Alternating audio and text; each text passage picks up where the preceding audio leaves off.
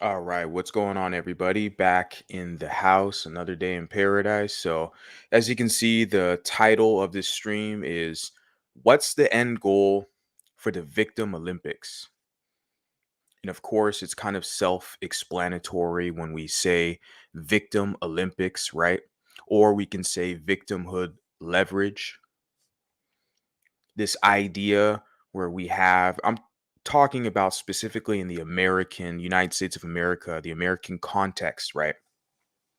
Believe it or not, in the richest nation on earth, United States of America, with all these opportunities around you, literally money everywhere, you have people here who use this victimhood status as a badge of honor, that they're more of a victim than you, thereby giving them, more of a kind of a quote unquote prestige and how else can I put it? A position of basically authorita, you know, a position of authority because they have more victimhood leverage. Therefore, they have more. It kind of equates to experience in a way.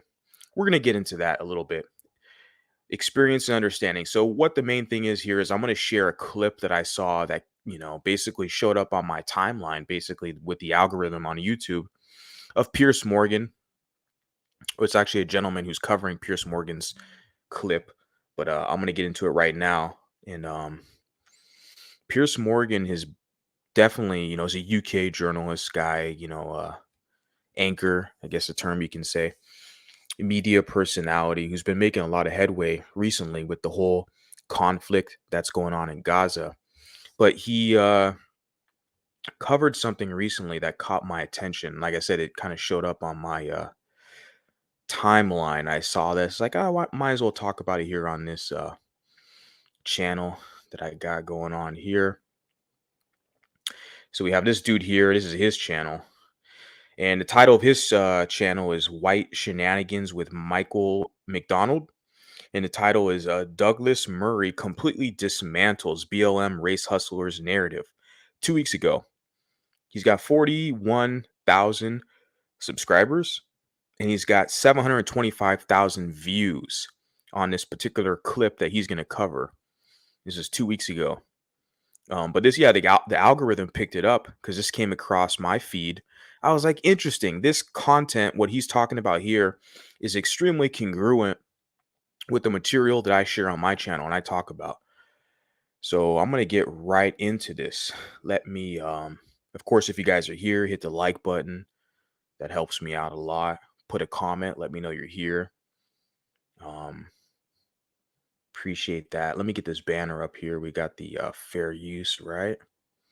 And of course, as all things, I respect your guys' time, so I'll put time codes in the description box, and I'll also, add this clip, this video as well, so you guys can review it on your own time.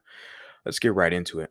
Channel. Hope all is good wherever you are. In this video, I'm going to take a look at a clip from Douglas Murray on the Piers Morgan show when he talks about race hustling and should we keep apologizing for our past. It's an excellent clip. Let's take a look at it. Well, today is, of course, the 4th of July. It's a day that America celebrates because they boot. So they said 4th of July, right? So this is obviously a few months back, right? Just as a disclaimer. But it's like I said, this is very relevant, the material they're going to talk about here and what basically my mission on this channel and what I continuously talk about. It affects us because those of us who are mulatto identified, we're biracial, we understand I'm talking about mulatto, which of course is specific, meaning European African. We have direct European lineage and ancestry. Therefore, a lot of these people, the Victim Olympics crowd, they're going to attack us because of that, right? Especially if you have a white mother, these type of people, they're going to attack you. So we got to be aware of that. And everything here, what they're talking about, these gentlemen, what they're going to discuss is very congruent. So let me continue on. Fair use. Did we British out? Our monarchy out? Our Mad King George dropped the ball? Otherwise, I would possibly be King Piers right now of the United States of America. So we don't obviously celebrate it with quite such enthusiasm over this side of the pond. But amid the hot dogs and fireworks, even this day of patriotic celebration in the States has become divisive. There's a growing trend for Black Americans to celebrate Juneteenth as an alternative to July 4th. Veteran Congresswoman. It's funny. Yeah, you said it's a very popular. The thing is, I don't really. Juneteenth was never even something on my radar until like a couple years ago. I never even heard about it. It wasn't like popularized. Joe Biden signed it, made it an official law. It's like a symbolic token just to keep the Negroes kind of at bay, to kind of let them know, hey, we're not going to give you any benefits or any, we're not going to give you any tangible benefits. We'll give you a little holiday just to make you think, just to let you know, let you think you're special. Okay. Give you a holiday. We'll, you know, yeah. But then, of course, is there any like really policy passed to give them real protections or funding, like we just saw recently with the whole, Zionist bill they passed in Congress, and also with the Asian American people, they got their bills passed. We see that with the Hispanic community, they have a lot of protections, not just the Hispanic Americans, but the non-citizen people. They get protections.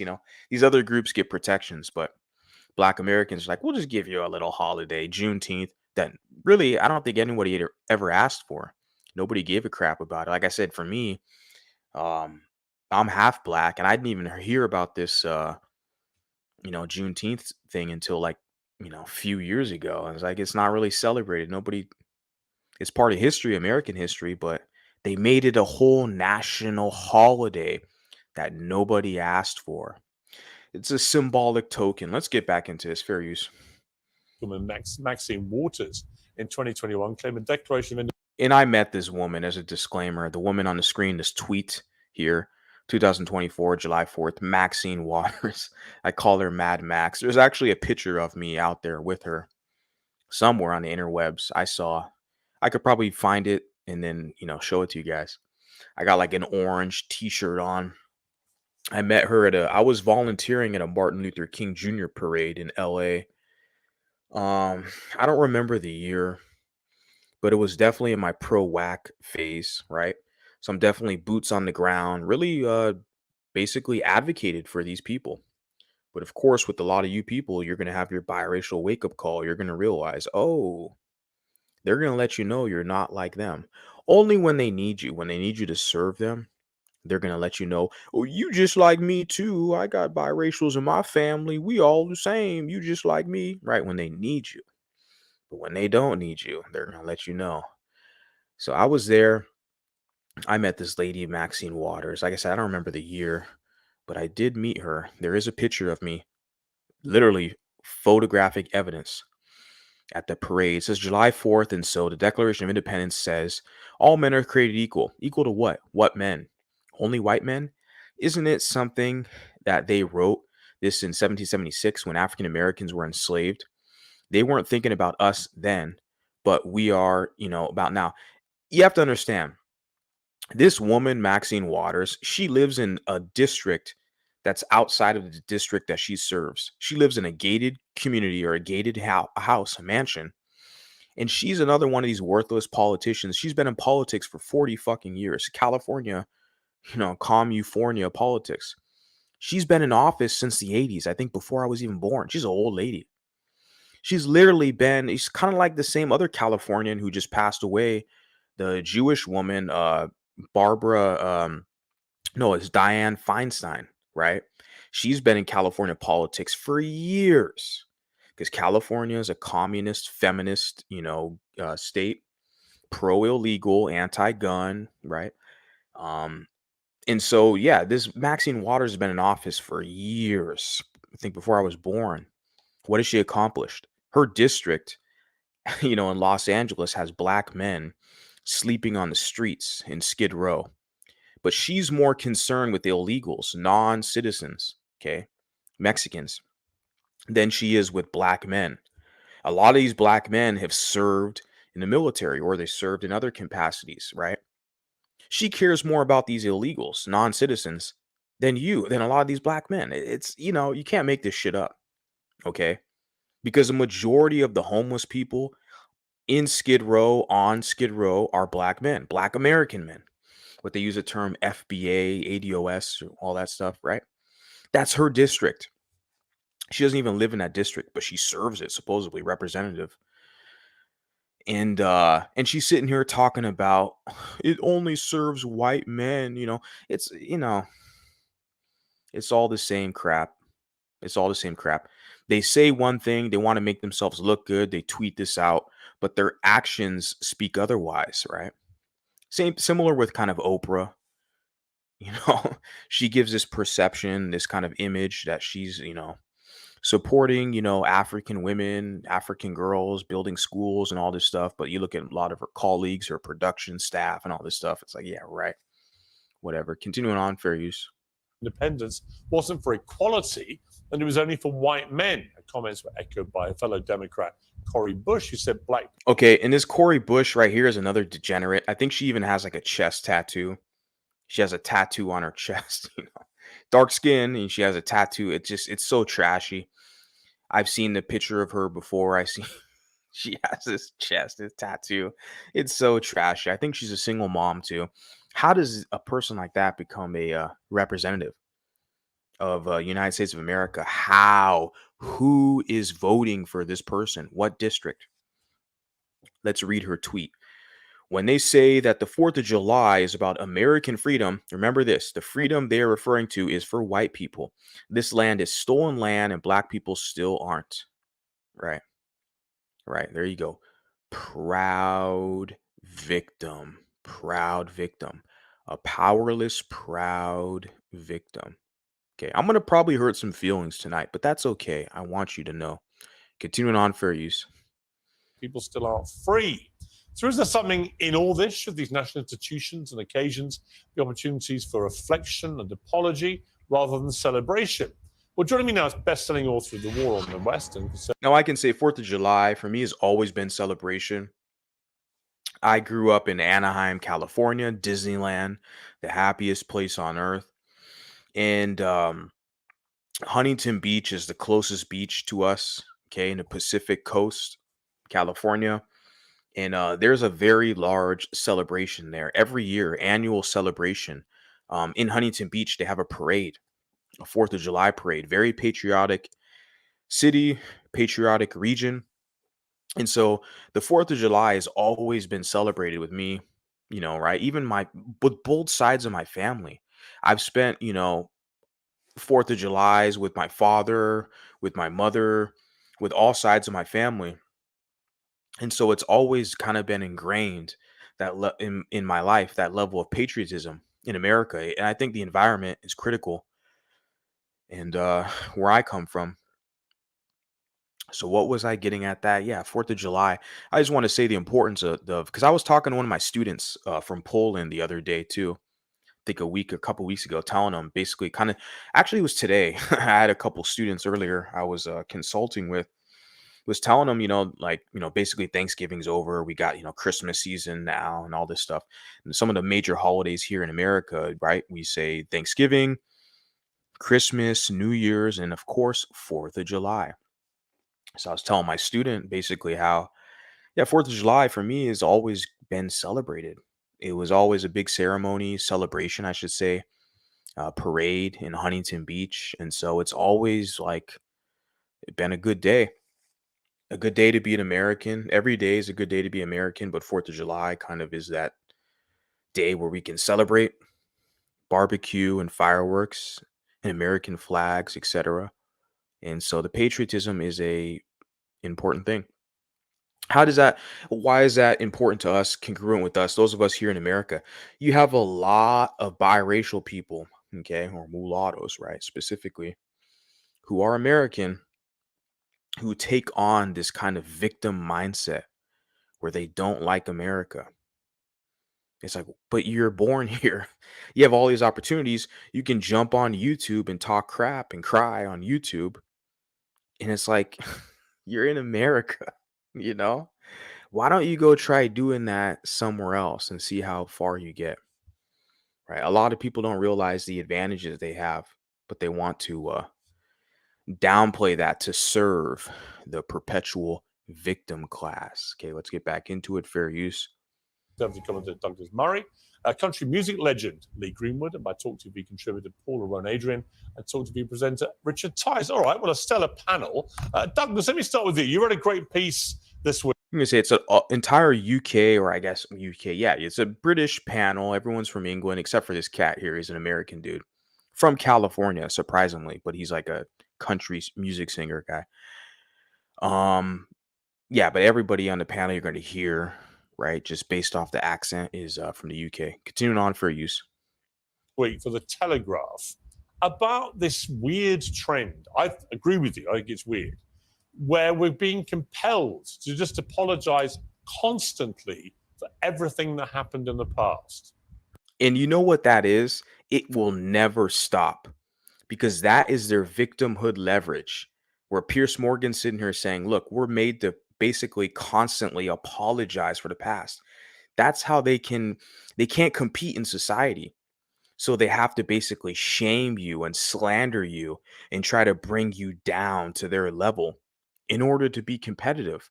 It will never stop. I mean, that's why I titled the stream, "What's the end goal for the Victim Olympics?" I mean, the end goal is basically to have power over you, right? Because they can't compete with you technologically, intellectually, or innovatively, otherwise, any other, sphere of influence. They have to bring you down to them, right?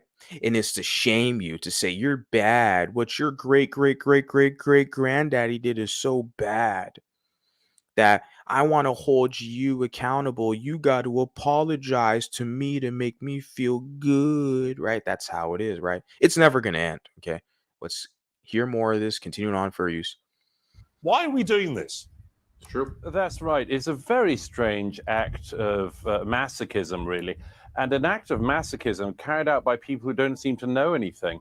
I mean, people talk about the British monarchy having to apologize for slavery. It was King George III who signed the Anti-Slavery Act into law in 1807. Prince Albert gave one of the most extraordinary anti-slavery addresses when the British were still policing the anti-slave trade on the high seas in 1840 to the Anti-Slavery League in London. All of this was addressed 200 years ago. And today, unfortunately, there's a kind of new type of... Now, there is a nuance here because, like I said, this is British man, English man speaking on this, where it's, they're taking kind of the American struggle. The interesting thing is, and I've noticed this too with my own kind of research in with a lot of the Black Brits, I can say, the British people in England, and I mean the Black British people in England, and a lot of these people, they're not even like they're from Jamaica or Nigeria. A lot of the Black Brits, okay, their African stock are from West Africa, Nigeria, and from Jamaica, okay? But a lot of those people, they're influenced by the American media. So a lot of them take on the same struggle victim, proud victim mentality from these African Americans. I see this stuff and I'm commenting on it now within social media, analyzing this information. So they're taking the struggles or the slavery, thing, and they're turning it into this kind of colonial thing. Oh, you owe us for slavery and colonialism. I'm like, why don't you go back to where you come from and try to pull that shit over there? It's funny you go to England to do that. You have all these opportunities in England, right? I was in England a few months ago. Got all these opportunities and stuff out there. I'm surprised people cry and complain.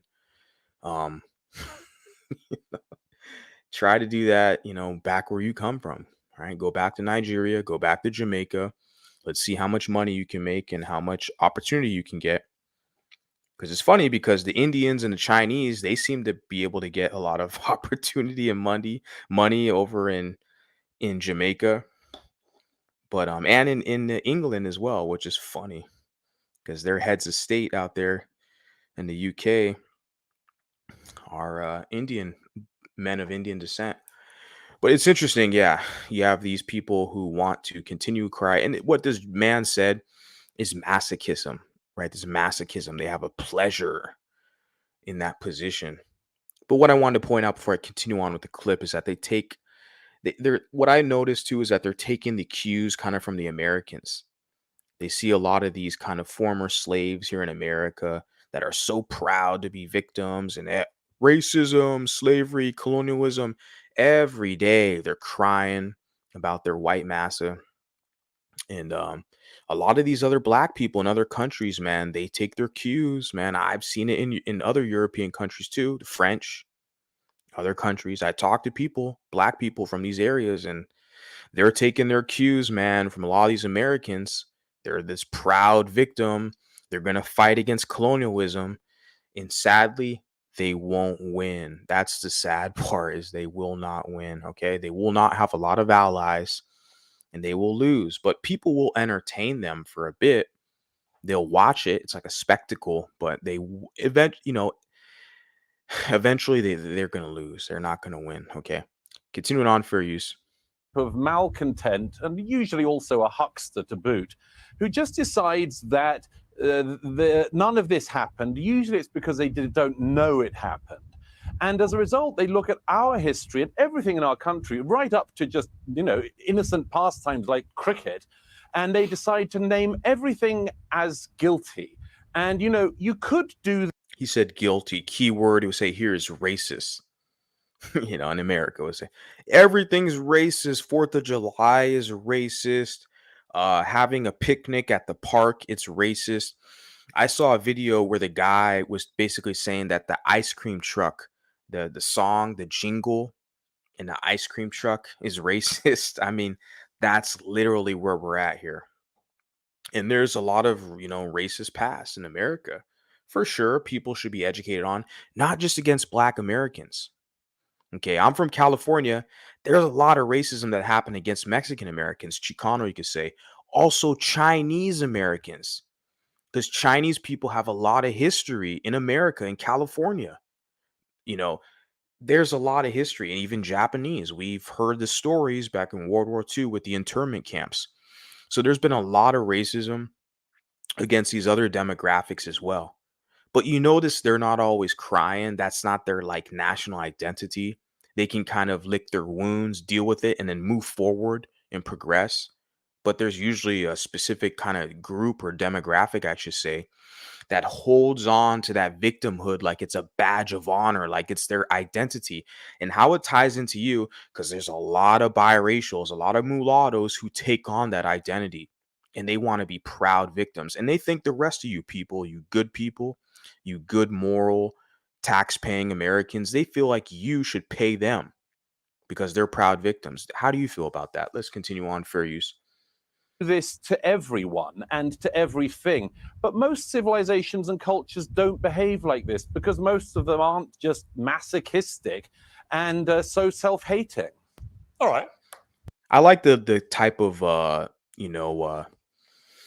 nomenclature he's displaying when he talks about masochism, right? That's very spot on. I've said that previously before too in other streams. This kind of sadomasochistic kind of mindset with this proud victimhood mentality where there's like they get like sexually intrigued. They're excited with being victims in society. It's like they're kind of national, their identity. It's very strange. Where other groups, you look at them and how they operate, how they do business and socialize, you're like, well, they don't operate that way.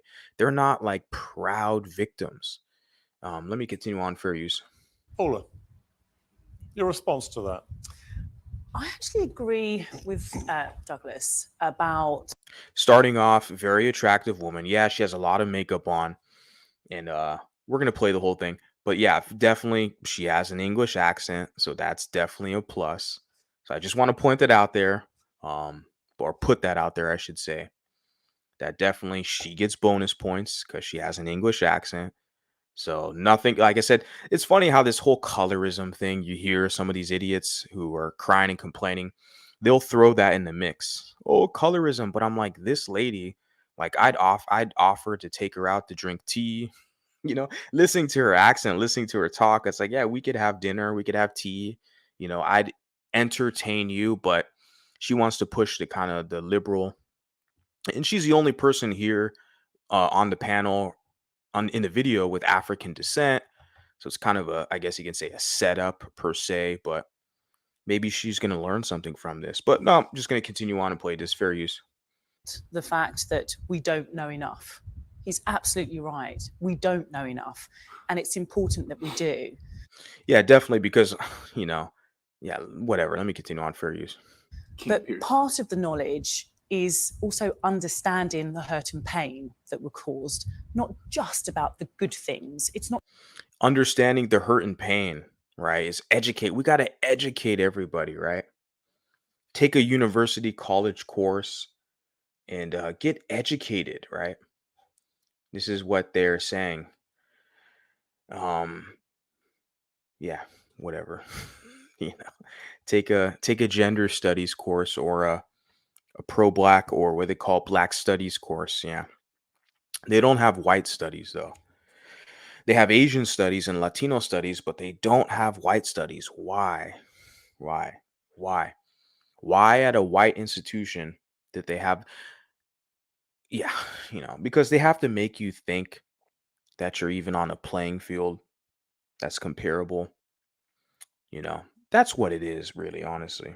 I realized that too a few years back at the university that I was at, completing, school, getting my degree. I realized that too there. I was like, they have a black space, they have these Latino programs and Asian clubs and all this stuff. But with the white people, they don't, nothing is labeled specifically like Europa or European like club or European center. But the blacks, they get their African center. The blacks, they get their African student union. And I'm like, you guys are not even like majority of the population at the school, but you get your own little special thing, your own little colored club. And okay. They want to just let you guys know, make you think that you are included. Let me continue on fair use. not just about the cherry picking. And wrongs are not about being masochistic. Saying sorry is not a bad thing. Saying sorry is actually a very empowering thing to do. The thing about that is the whole saying sorry. You're going to be saying sorry forever. That's the critical thing that they're laying out, is that there's no end goal, right? It's never ending. Like I titled the stream, what's the end goal for the Victim Olympics? And she's talking about education. Just saying you're sorry. It's never ending because this is leverage. They're using this victimhood status as leverage to attack you. And because they can't compete with you scientifically, intellectually, even with the ingenuity, right? They cannot compete on your level, right? So they have to bring you down to this primitive status where it's all about victimhood and who's the biggest victim. And if you play that game, biracials get caught up in that. And then they're going to let your ass know, look, you're half white, you're biracial. And to their fault, they're actually empowering you by letting you know you're not a part of their group. Because then they're letting you know, hey, look, it's time for you to focus on yourself and to build. So they've really fucked up as far as I'm concerned, looking at all this information. If the smart ones will try to bring you back in and be like, oh, you part of the club too, you part of the community, we all struggling, I got biracials in my family, we all struggling. See, those are the smarter ones. They want to bring you back in, but a lot of them, they've been fucking up big time, especially the past several years, where they've been pushing you out. They're saying you're not you're not as much as a victim like them because you're not dark skinned. Like I said, for me, as far as like attraction or skin color, this woman's clearly darker than me. But yeah, she's from England, so it's like, ooh, she's from the UK, right? It's funny how they want to talk about this colorism shit. When you look at her, it's like, well, basically most guys would say she's attractive. For me, especially, yeah, she's from the UK, so yeah.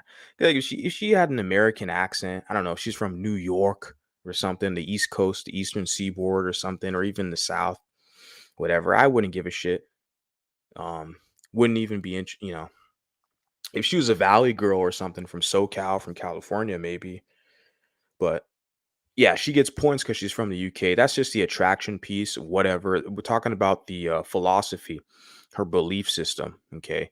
And this victim stuff, people are only gonna entertain you so long. It's just like these idiots who want to talk about toxic masculinity. Okay.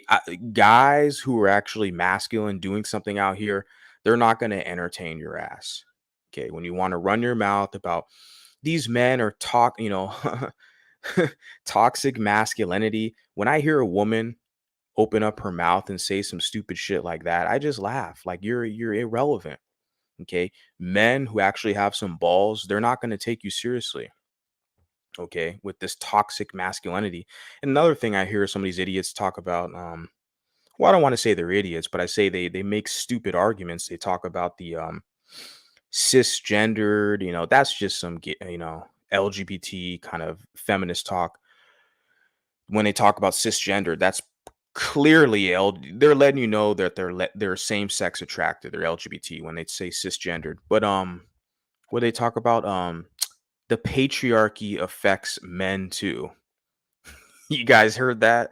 I know you guys probably heard that before. You'll have some women, who will say that the patriarchy affects men too. It's like, oh geez. We're dealing with someone here who's a little bitter, a little salty. But yeah, let's continue on. That's off topic. Fair use. Okay. Why does it matter that a bunch of royals now get forced into issuing groveling apology? Who cares? How does it change anything? It doesn't do anything, in my estimation, to impact on current slavery where it exists around the world. It doesn't really make. Yeah, where it exists around the world. He said current slavery. Yeah, in Africa. It's funny.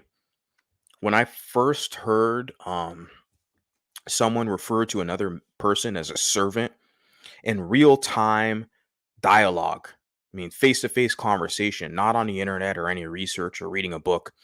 I was talking to a dark skinned black man, okay, who was a private security professional. We were both in the same field. And this man, he was from Kenya. He was a dark skinned black man from Kenya. We were talking before. I was like, hey, interesting. You're from Kenya. I want to go one day. I want to explore the country, stuff like that. This was several years ago, probably it was a while ago. And he was talking about, like, we were talking about finances and money, economy, the differences, right? America. This was in America. We were talking about America and Kenya. And he was telling me something about, oh, if you have this type of money, this and that, you can get a servant. I was like, whoa, wait a second. That's pretty harsh language. A fucking servant? This is a dark skinned black man talking about you can hire a servant. It was like, wow, I've never heard a white person ever say something like that. You can hire someone to serve you, a servant. But, I just wanted to throw that out there, my own personal experience, that a lot of times those of us who are mulattoes, right, biracial, black and white, our experiences are invalidated. Of course, you got to create your own space, okay? Create your own space where you have the microphone, you call the shots, okay? And of course, your experiences are going to be validated. Let's continue on, fair use. Any difference to institutional racism as we've seen in certain parts of society? I don't know what difference it makes. It might make people feel a bit better to see a royal groveling, but so what? See, I don't agree with you, surprise, surprise. I do think it makes a difference. I do think it makes a difference that people in power are heard to acknowledge pain and hurt. I do think it's important that people in power have taken the time. But whose pain and hurt are you talking about? It's not people living today. These are going back hundreds of years in some cases, these crimes. Yeah, 100 years, centuries ago. I don't know who this woman is. Like I said, very attractive woman, very attractive black woman. I'm going to say it again. She has the English accent, right? She gets points for that. I don't know who she is, but I'm guessing I would be for certain that a lot of her partners are Caucasian men, white men. That's very typical with these type of people, these pro-wax, okay, proud victim types. We see that here in America, even like it says here, dismantling BLM. I don't know if she's affiliated with BLM, Black Lives Matter, but that label is kind of thrown on everyone. It's like basically just pro-black, okay? BLM, Black Lesbian Matters, BLM, right? And we see in America with that organization, BLM, most of those women, okay, because it's a gynocentric, feminist, lesbian, anti-man organization, okay? Most of those women, they have white female partners, And that's very common. I've seen that even in Twitter. There's so much information, so many receipts out here on Twitter with these type of characters who are pro whack and proud victims, where it's like they, you know, you analyze them, they got like white partners. You're sitting there like, why do you cry and complain about white people and colonialism and racism and slavery and all this stuff, but you sleeping with white people? The men do it too. I'm not just saying the women, like this lady here, very pretty lady. I'm not just saying her, but the men do. We see Van Jones. Van Jones, isn't he a CNN anchor, liberal, bald headed with his glasses on? He's always crying about the Republicans and white racism. Dude's married to a white woman. There's a white partner. It's very typical with a lot of these people.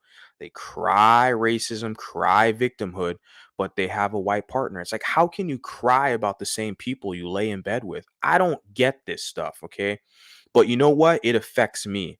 It affects the children because we have biracials. We're a fast growing group in this nation, around the world too. And we got to start questioning this stuff out, because a lot of these people, they're going to try to put their agendas onto us. And in a way to where it's going to basically create a situation where we can't cause harmony and unity with each other, because we have these kind of conflicting agendas, right? That's the issue. Let me continue on. Fair use. Let me get back right into this. Here we go.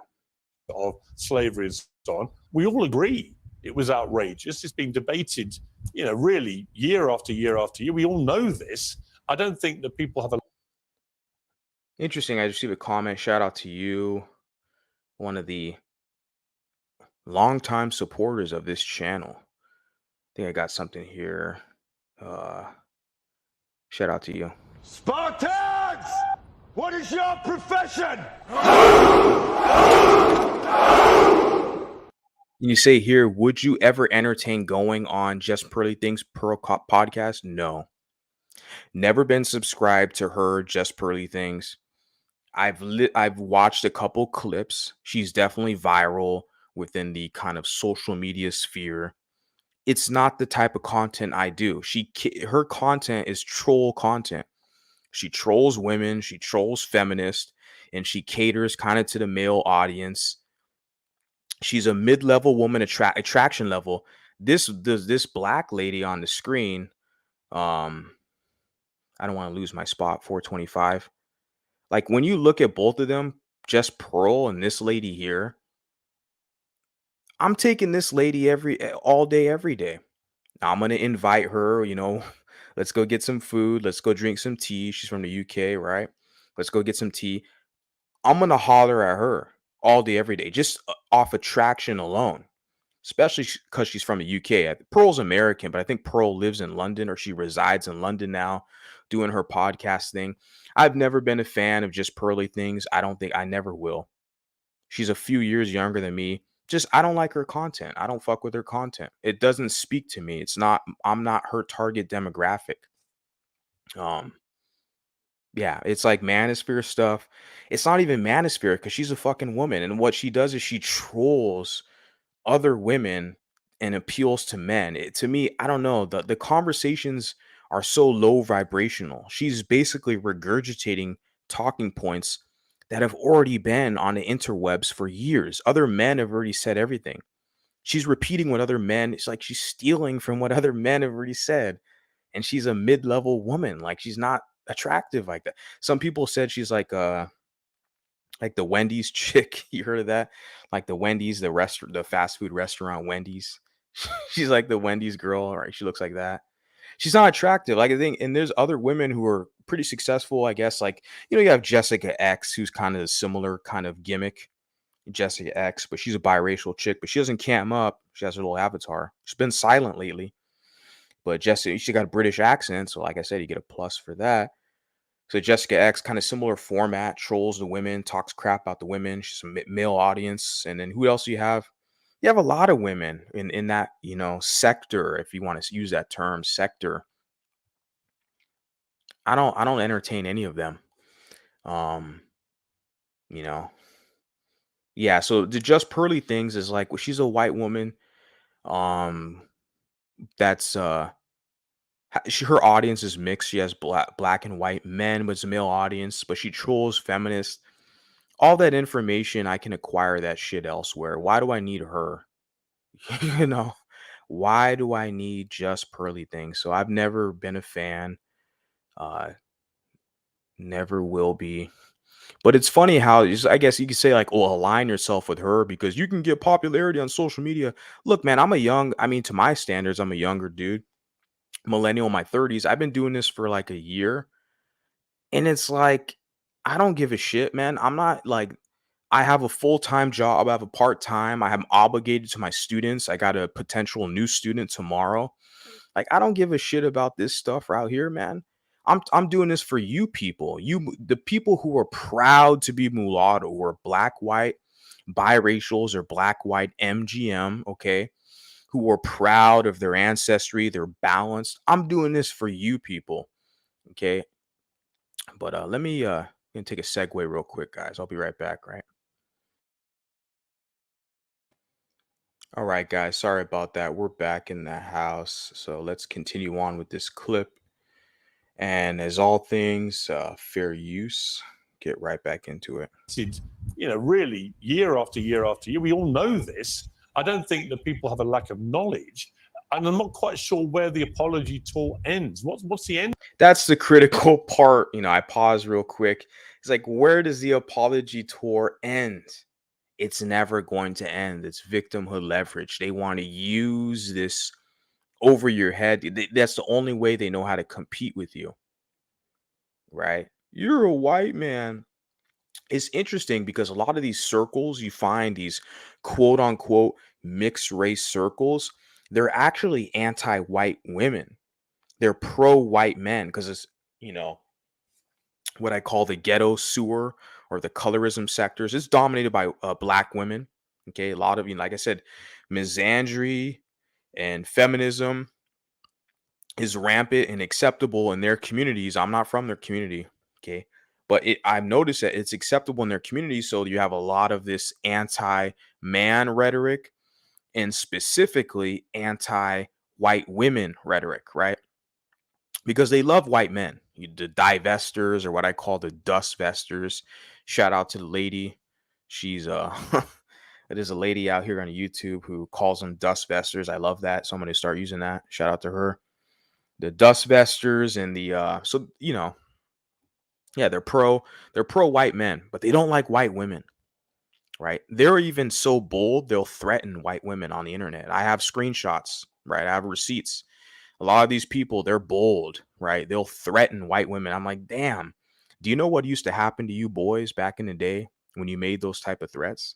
You know what they used to do to you boys, right? But out here on the internet, man, they got some balls out here now. I mean, they're out here threatening people.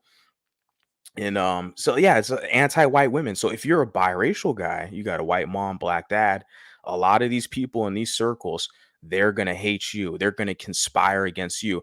The sad part is a lot of these biracials, they're gonna conspire with the blacks against the biracials with white moms. And I've been doing this type of content on YouTube for over a year, like I said, and I'm seeing a lot of that stuff now. I'm documenting a lot of it. I'm like, oh yeah, you have a lot of anti-white, black racist, they're anti-white women out here on YouTube. It's crazy, but it's all getting documented. We're taking notes. We're documenting all this stuff.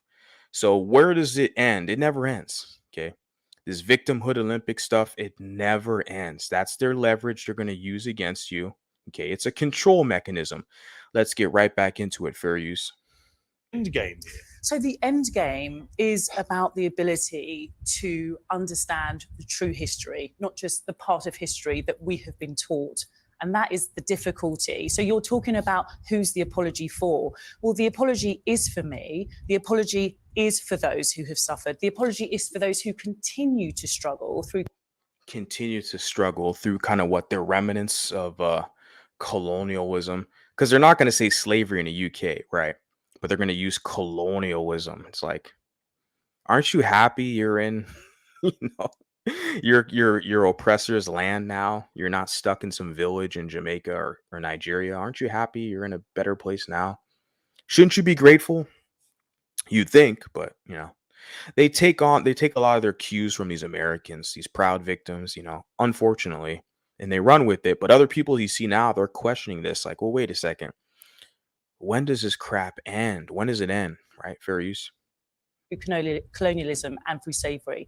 And I do think that it's important that royalty are coming forward and saying, we apologise for the part that we All right, played. so So is that it? Is that enough? When is enough? In that mental framework, but this is what I've analyzed, okay, with my journey.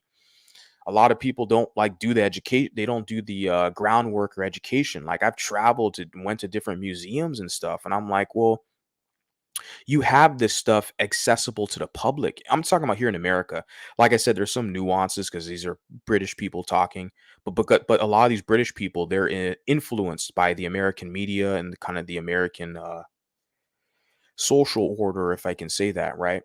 They take a lot of cues from what the Americans are doing, and they a lot of them get confidence, especially their kind of black population. I've noticed that in social media. They're listening to the hip hop. They're looking on social media what the Black Americans do, even in their lexicon, in their everyday kind of colloquialisms. They're taking some of the speech patterns and the words and the vocab that the Black Americans are using. They're adding that to their lexicon. So, but there's a background here. Look, there's a lot of resources to educate people. Okay, like I already said, there's museums all across the nation. And it's a lot of white people who go to these museums. All these blacks don't give a shit. They a lot of them hate themselves. They don't even want to know the history. They're trying to say, why was, I'm indigenous to the land. I'm an Indian. I'm an American, a Native American. Like, didn't I shared with you guys, I did a video the other day. I uploaded it. It was some guy I saw in a comment section who was talking crap about biracials, trying to say we're bipolar and we're mixed up. And this is a guy who has like pretending to be an Indian. Like that's so common here. It's so common, but not that many people call it out. And yeah, it's crazy. I got some interesting comments. Got Celtic Mulatto in the house. Let me get you. It says, you calling them boys, you sound like a white supremacist. Appreciate you. You hate yourself, we can tell. Thank you. I appreciate you. Make sure you hit the like button. They even think Black Irish are actually black people. They're so clueless. Yeah, there's a cat, shout out to the dude who's doing a lot of good work. He's out there in Ireland, actually. He's out there in Ireland, I think in Dublin City. Shout out to that man. Social media presence, doing biracial mulatto content. And he's really trying to push forward this idea. Like they're trying to basically paint Phil Lynott. I apologize if I don't know if I'm pronouncing it correctly. The singer, the guitarist of the Thin Lizzy, a rock and roll band back in like I think the 70s, 80s. He's an Irish icon. His name is Phil, I think Lynott, if I'm not mistaken. But this gentleman, this biracial mulatto man, is really like I see him on social media pushing hard. Like, look, this is a biracial man, because even in Ireland, a lot of people are trying to just say he's just black. Even white people. It's not just the black, like Irish people that are there. There's a lot of white people who are trying to say, oh, he's just a black guy. And there's this man out there, this Irish mulatto cat. He's really like pushing hard. I appreciate him. Basically saying, look, you can't, basically just blackwash the guy, which a lot of them do. It's very common.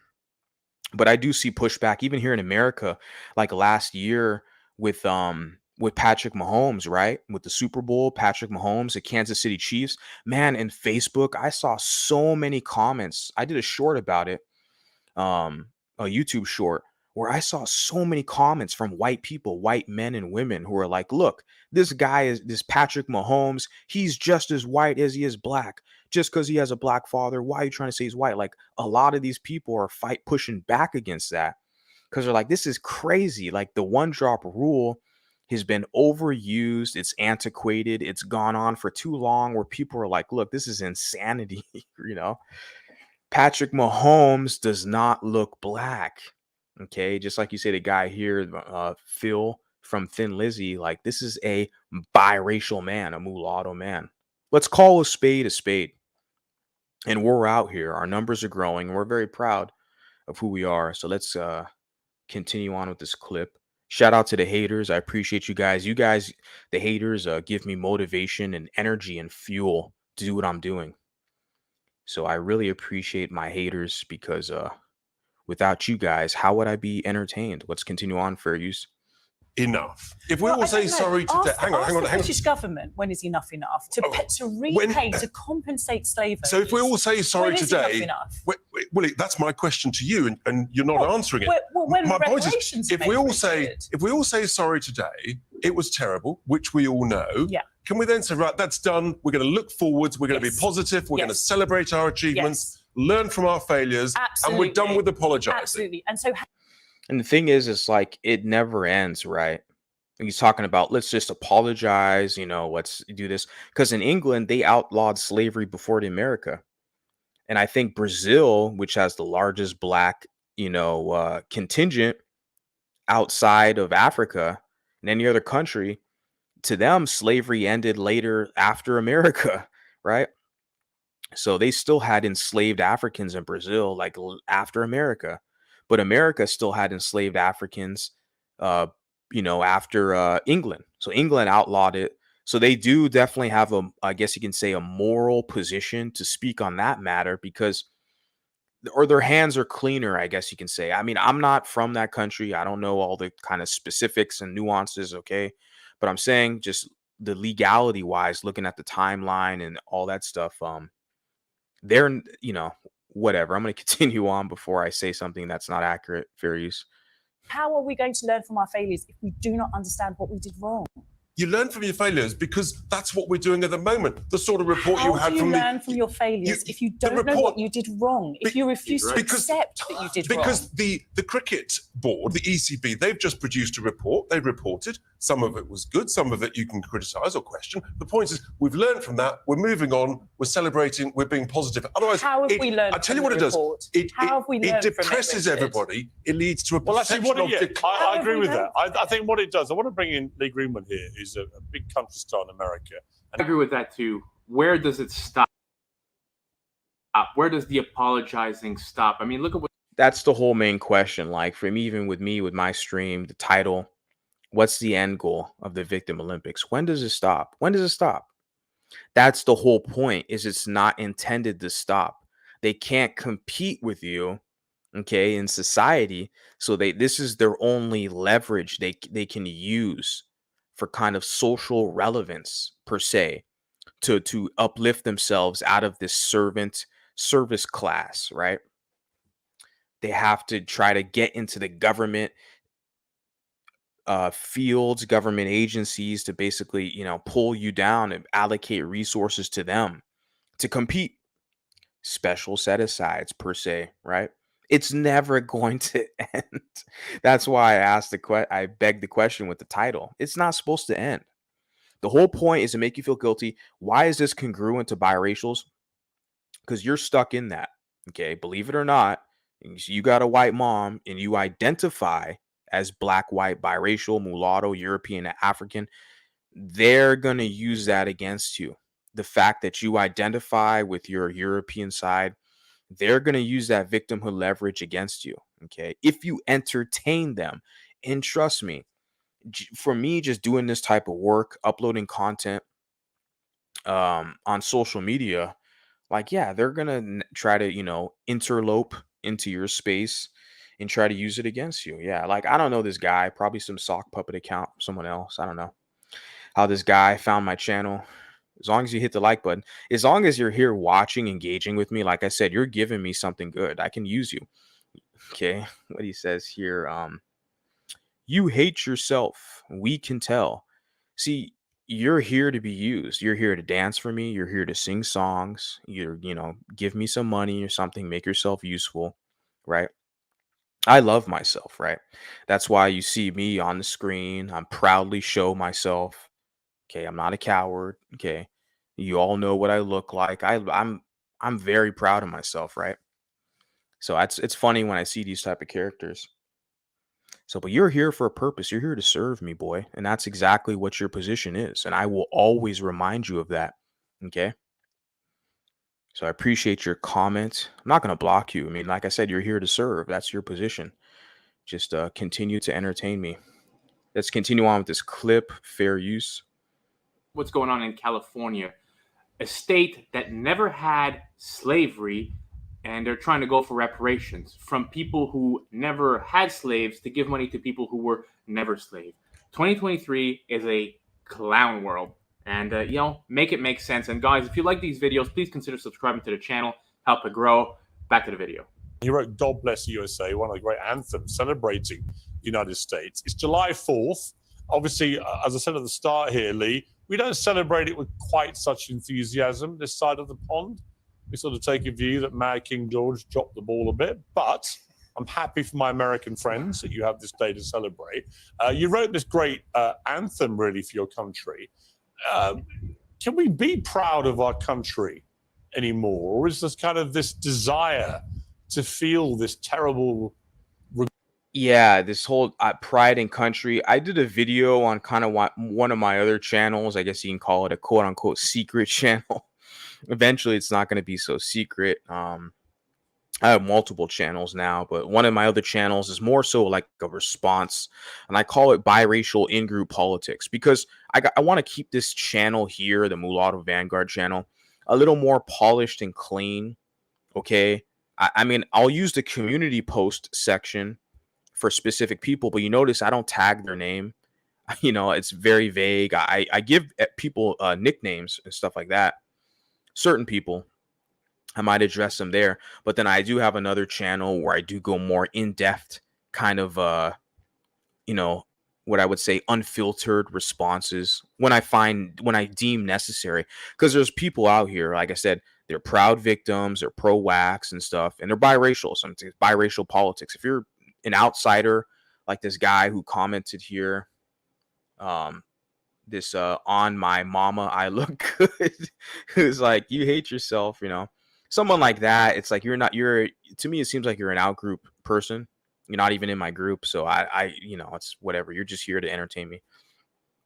But I have another channel where I do more so the biracial in-group politics responses, and I'm a little dirtier over there, a little meaner.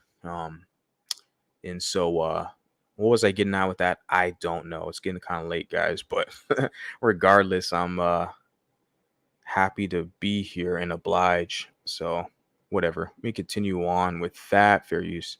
Regret about everything and apology for everything. Does that mar the pride? How do you feel? Well, I'm going to go out on a limb here and just say the people that I run with and talk to, and believe me, I tour across America all the time. We do 140, 50 days a year, every doghouse, outhouse, and roundhouse. And I talk to the American public. They listen to what I say, listen to what I sing. I happen to be a country music performer, but I was born in California, spent 20 years in Nevada. I live in the South now. And I wrote this song because it was for unity. It's a unity and for military sacrifice. And yeah, America started as an interesting expedition and then an experiment, and we fought it out. We fought each other in the Civil War and said, okay, we're going to bury the hatchet here. The trouble is, as we move forward, a lot of people try to change history. I'm okay. And this is the only American on the panel. Just wanted to add a context to that. I think this is the gentleman who kind of reviewing this clip here on the side, he's American as well. And of course, I'm an American as well, but I just wanted to add that kind of context that most of the panelists on Piers Morgan, obviously they're British people. Yeah, fair use. Okay with history. I'm okay with apologizing for what happened back then. But I agree with you. That was back then. Let's move forward. Let's move on past that. And let's not change history and try to change what happened. Yeah, I completely agree. Douglas, the problem is we've forgotten how to be genuinely proud of our great countries, both America and United. And you have a gentleman out in the UK who's more on the right. I follow him on Instagram. Calvin Robinson, he got fired from one of the British publications. I think it was GB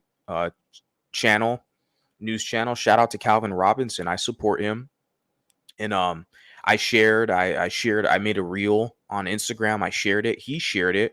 And I got like a bunch of followers because he shared it. I think the reel has like thousands of views. So shout out to Calvin Robinson. So he's made aware of my channel here. He knows I let my presence be known. I try to speak out to people, especially a lot of the people in the UK who are proud to be, I guess they use the term mixed race, right? Biracial. I know mulattoes kind of people are a little more iffy to use that term. Yeah, I almost got 6K views on that reel. But Calvin Robinson shared it, and I got a bunch of followers from his share. He has a pretty big platform. I think on Instagram he has like 70K followers over there. So shout out to Calvin Robinson. But what I'm saying is that he's proud to be British. When he shared my reel that I made of him, and he basically has said he's like half English, half Caribbean, 100% British. So like he's definitely patriotic. Like he's very proud of who he is, right? And proud of the society. He's proud of to be, an Englishman, etc. Right? And so I sense that with him, with Calvin Robinson, and I'm not sure about Adele James, but I mean Adele James, like I said, I share her stuff, but she's proud to be biracial. She acknowledges she's proud to be biracial. I don't care where you are on the planet. If you are a mulatto individual, mulatto, European, African, if you're proud of your ancestry, your heritage, I'm going to promote you. Because what we find more than not here in America, where I'm at, I would say, I can publicly say, majority of these mulattoes, majority of these biracials, majority of these mixed race people who are dual heritage here in the United States of America, who are black and white, they are more proud to be black than they are white. There is such an imbalance out here to where I'm like, look, I got to let my voice be heard. The imbalance is so crazy. I have to say something. And I'm not gonna stop. Like, I'm not gonna stop. This is only the beginning. It's crazy. There's so much material I have to share. It's amazing. This is only the beginning. But the imbalance is definitely there. But like I said, I really like a lot of the people I see in the UK, a lot of the kind of upper echelon people like Adele James or Calvin Robinson were in that professional class who are proud of their dual heritage. It's so good to see, because I just wish I saw more of that here in the United States. See a lot of these celebrities like Zendaya and Alicia Keys, who I do share, and I like promote them. They're mulattoes, but they're basically black identified. It's continuing on, fair use. Kingdom, two of the greatest countries in the world. It's almost Well, like that's- every day now, somebody somewhere, normally on the left, the woke left, is queuing up to find a reason to hate the countries and their histories. Well, it's a kind of grievance competition. You'll get Yeah, it's a competition of grievance, right? Yeah, but like Pierce said, that they hate the countries that they're from, but they get all these opportunities. Like I said with the lady earlier, it's like, why don't you go to Nigeria and see how much you can get away with over there? Why don't you go back to Jamaica and try that? And I'm saying that because I'm talking about the British people, UK people, which most of their African stock comes from either Nigeria or Jamaica. So I'm like, why don't you go back to your homeland and try that? The difference is with the grievances, the gentleman just said grievances. In the United States of America, you have the kind of ADOS or FBA, right? The proud victim class. They were basically stripped of their identity, their tribal identity, their culture, right? So their grievance is a little different.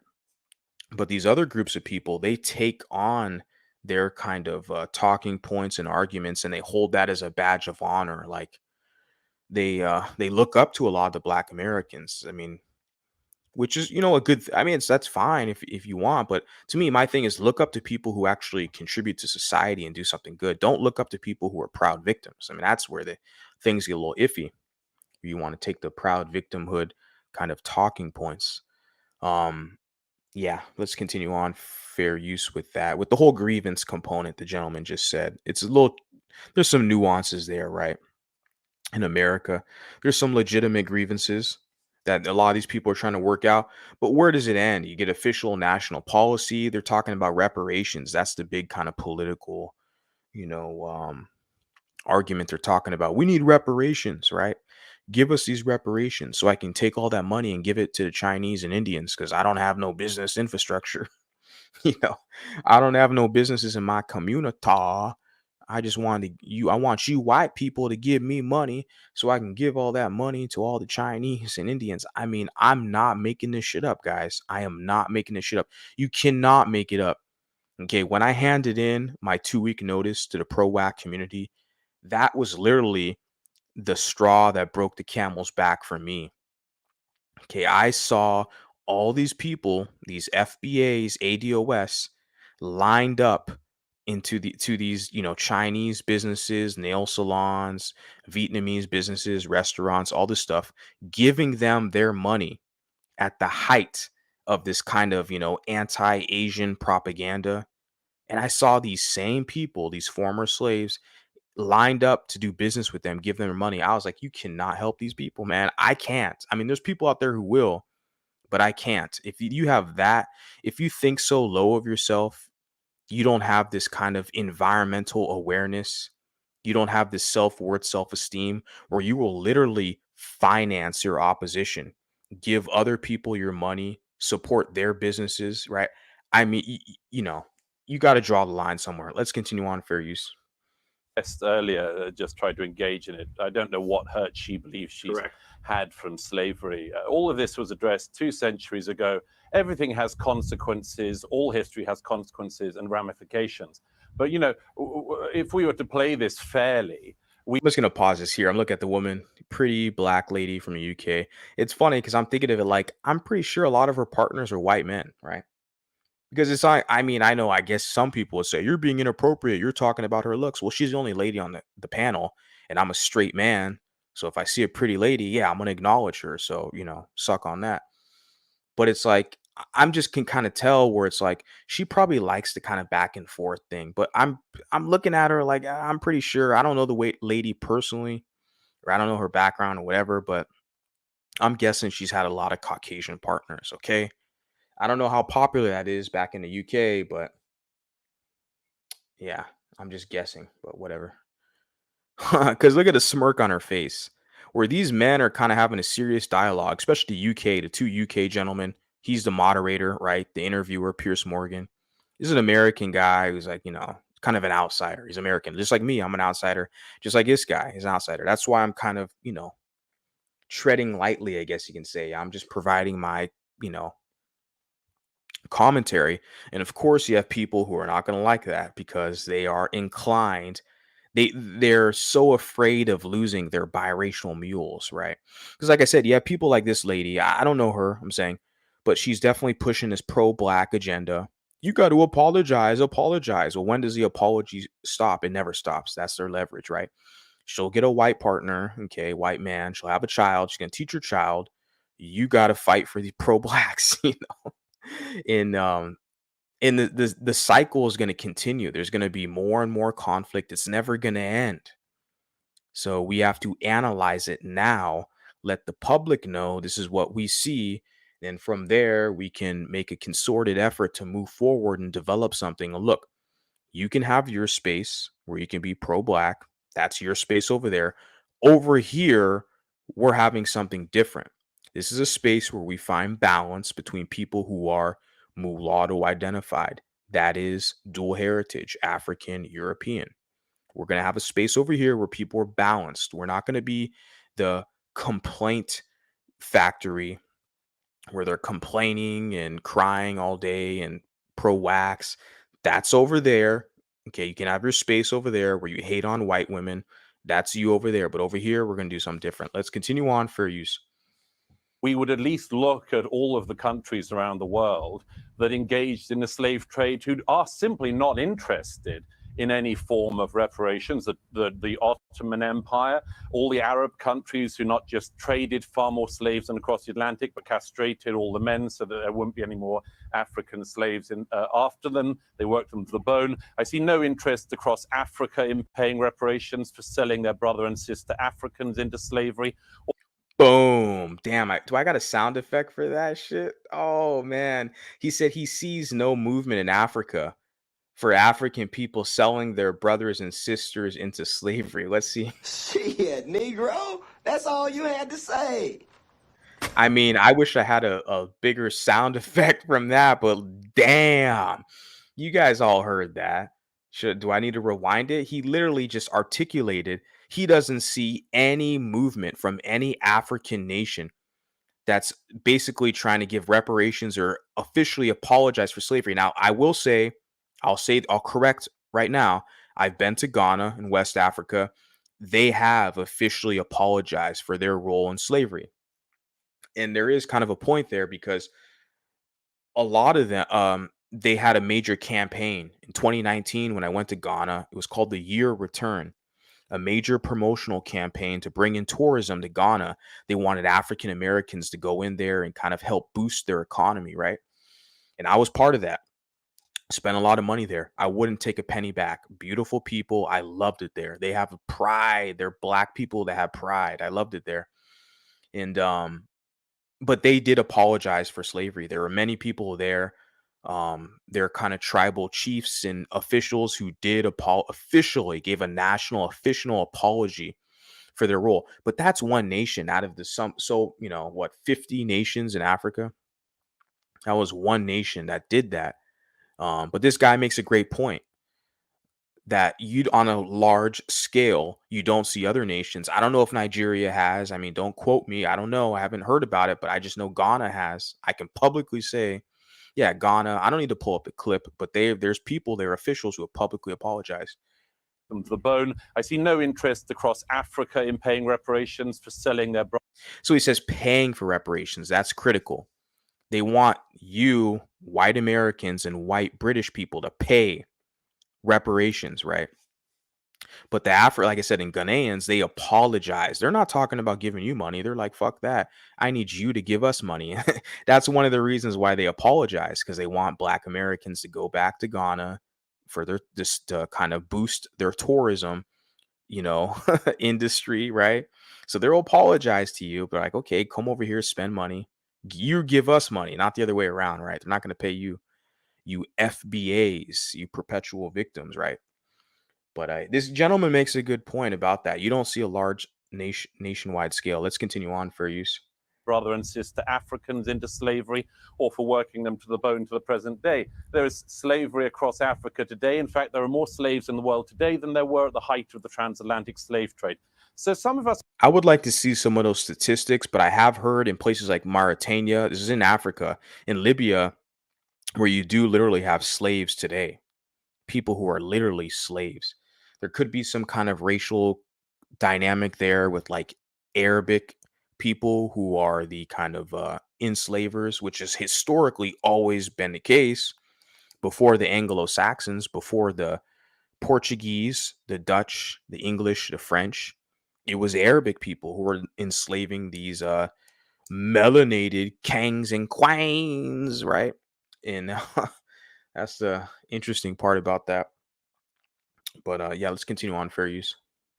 Are simply a bit bored of hearing people ripping at closed wounds and then crying. Well, guys, check this out. The facial features, because I'm somewhat intuitive. Obviously, we know women are more intuitive than men, you know, what they call female or a woman's intuition, okay, which is kind of the component of body language, analyzing tonality and body language.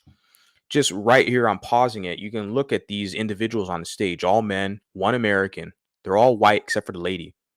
Even the moderator here, or I guess moderator, the reviewer, he's an American. Okay, if you can see my face, I'm not smiling. I'm not smiling, okay? But this lady's smiling, right? Pretty lady. Like, I'm going to continue to repeat because she is. I mean, isn't that what they cry about when they're in the media? In front of all the white people, colorism, it's not fair. But here you have a guy like me who's lighter than you acknowledging that, yeah, you're a very pretty lady, but they're still going to cry because, like I said, when does the victimhood thing end? It never ends. They want to use it against you. But she's the only one smiling here.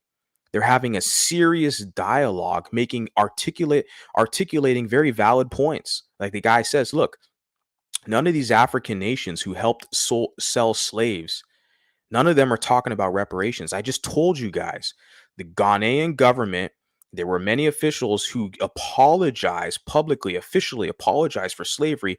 They're not talking about giving money to African Americans or, you know, displaced Africans of diaspora, they're not talking about no reparations. No, they want you to come back to their country to spend money for the tourism industry.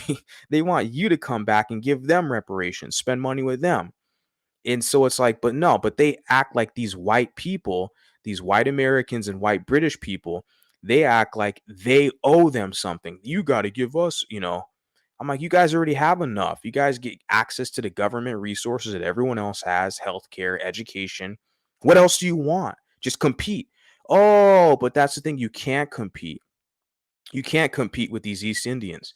You can't compete with these Chinese. You can't compete with these industrialists. A lot of these people in the Middle East, these Arabic people who come to America, they compete with you for jobs. A lot of Iranian, Persian people. Oh, you can't compete with them.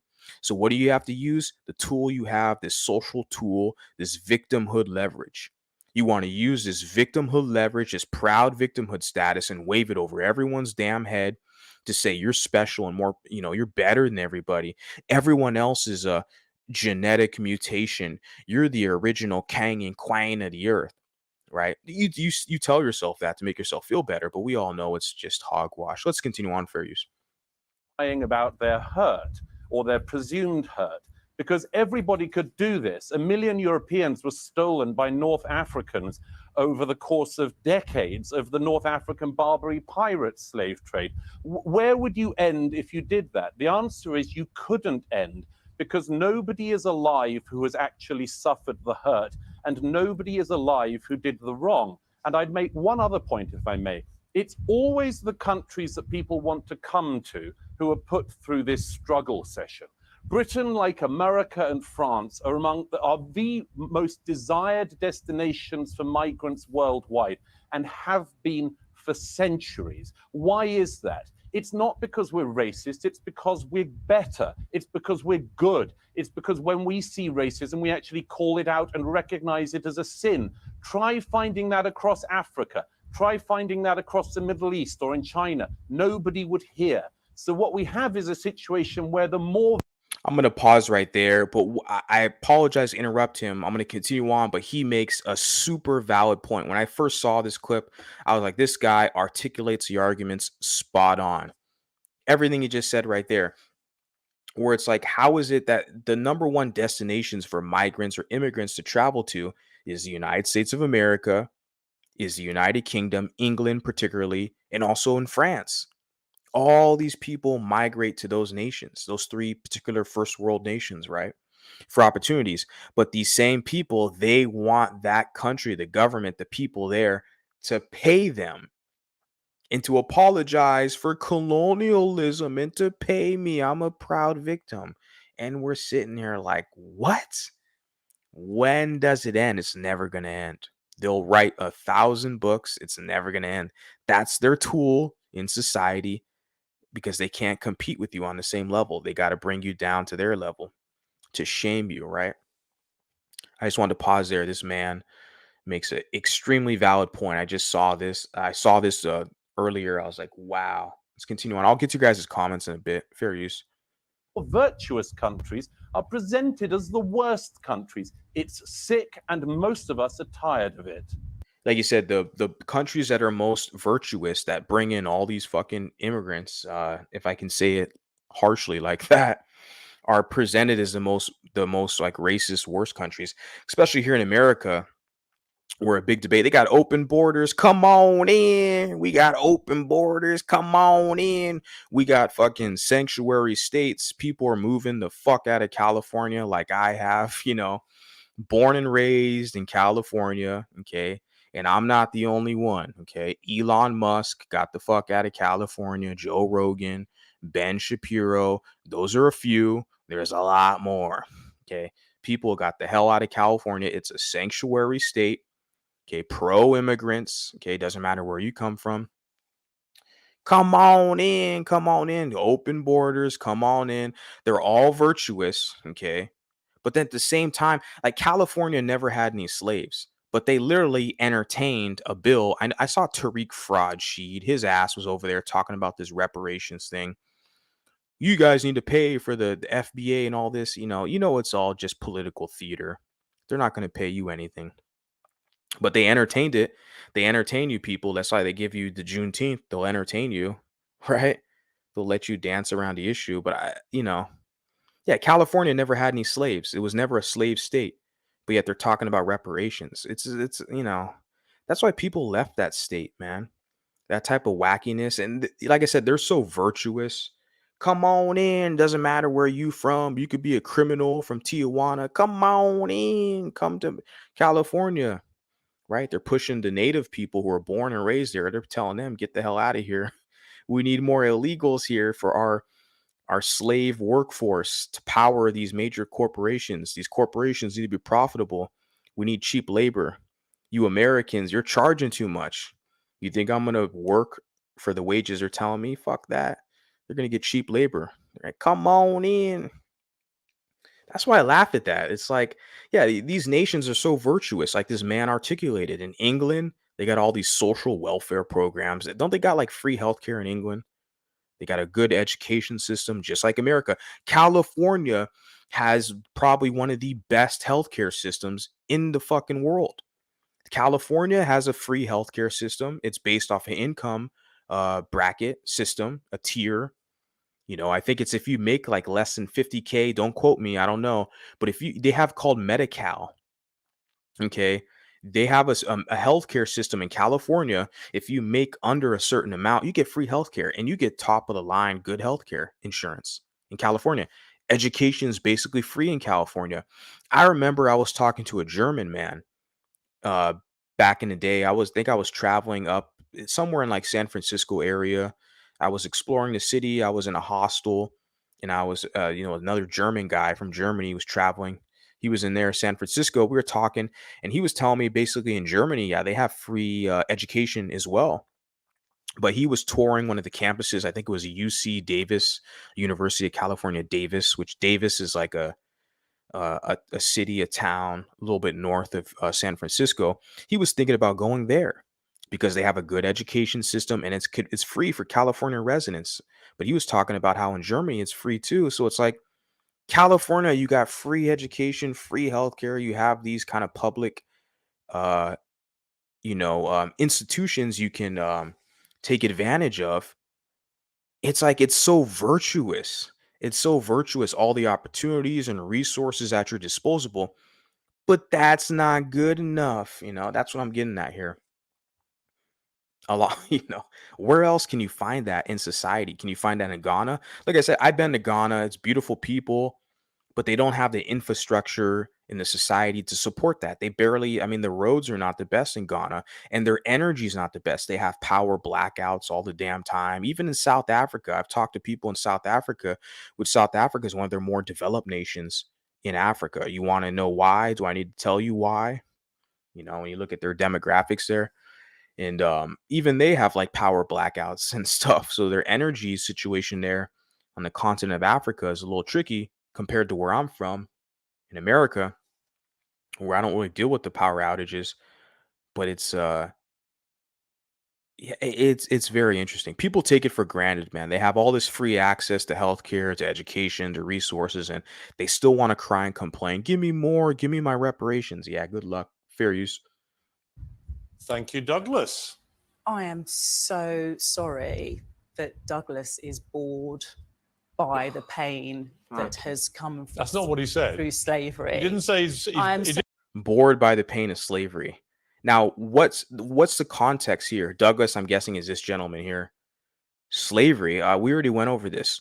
Slavery was outlawed in the United States in like 1860s something. I know I'm making myself look stupid, not articulating the exact dates, but trust me, after this stream, for now on, I'm gonna have these dates dialed in. I know in England it was like in the early 1800s. America was several years after that, and I already said during this stream that in Brazil it was even after. It was like in the early 1900s where they outlawed slavery. So this lady's talking about slavery. Like I said, she's taking her cues from a lot of Americans. I know I have a British audience. I have people from England who listen to me. If you guys please, after you listen to the stream, put a comment in the comment section. I'd love to hear your guys' take on this. But like it seems like she's caping for the American slaves here, talking this like stuff like the trauma and pain of slavery. Like that was like 200 years ago. What the hell are you talking about? Like nobody here living today is responsible for that crap. Continuing on for use. Didn't say no. See, Okay. but what you're doing there, what He you're is doing, not- yeah. But hang on, he Paula. is not Paula, you're being very bothered. disingenuous. That's not I what he don't said. think I am. The and I viewers think aren't if you stupid. read They his know, article- they know exactly what he said. You He's are. not saying he's bored by the pain. He's saying, and I think it's Race a perfectly baiters. valid point. The pain that people who are alive today are claiming they're suffering for what happened 200 or 300 years, it's not a real pain. They're not the ones who suffered what was going on 200, 300 years ago. And the thing is, she's the only person of African descent on the panel. So it's kind of, I guess you can say it was kind of like a setup. I wouldn't say it's a setup, but even though she's kind of ill-equipped, she doesn't have the information, her position is just as kind of a social justice warrior. And like, and I saw this clip, I was just like, well, she's just taking her cues from Americans, these proud victims in America. But you don't have the whole story. A lot of these Americans, these quote unquote proud victims, they have all the privileges. They have literally victimhood privilege. A lot of these proud slaves, these victims in America, they're so damn privileged in America. They're talking shit about white women now. They're talking crap about just pearly things. They're talking crap about biracials that got white moms. That's how bad it is now. They're all over social media, hating on white people, hating on biracials who identify as biracial. So these same proud victims like that, this lady doesn't have the full context. You're taking cues. You don't understand that a lot of these people here in America, they got fucking college degrees. They got good jobs. They got nice cars and all this stuff. But a lot of these people, they're anti-white. They're anti-biracial who identify as biracial. So she doesn't have the full story. Like I said, there's some nuance here, but we're going to continue on for use. So, in terms of justice for all, I mean, I think we'd all agree that. Well, I'm not suffering from when the Normans invaded we'd this all country. agree. I'm not suffering from what my ancestors went through. I noticed Or that from I'm the- not being allowed to respond. Hang I on, or noticed from the if Romans. there's- In other words, where do you take? Yeah, because the Romans invaded England like back in the early 1100s. I don't know the exact date, but England was invaded by the Romans. Since I've been to England, I started to study some of the history and stuff. There's a lot of history there, right? In my scope of practice, my field is more so speech and language, the English language. So I've studied more so of that, but I like a lot of the historical kind of components as well.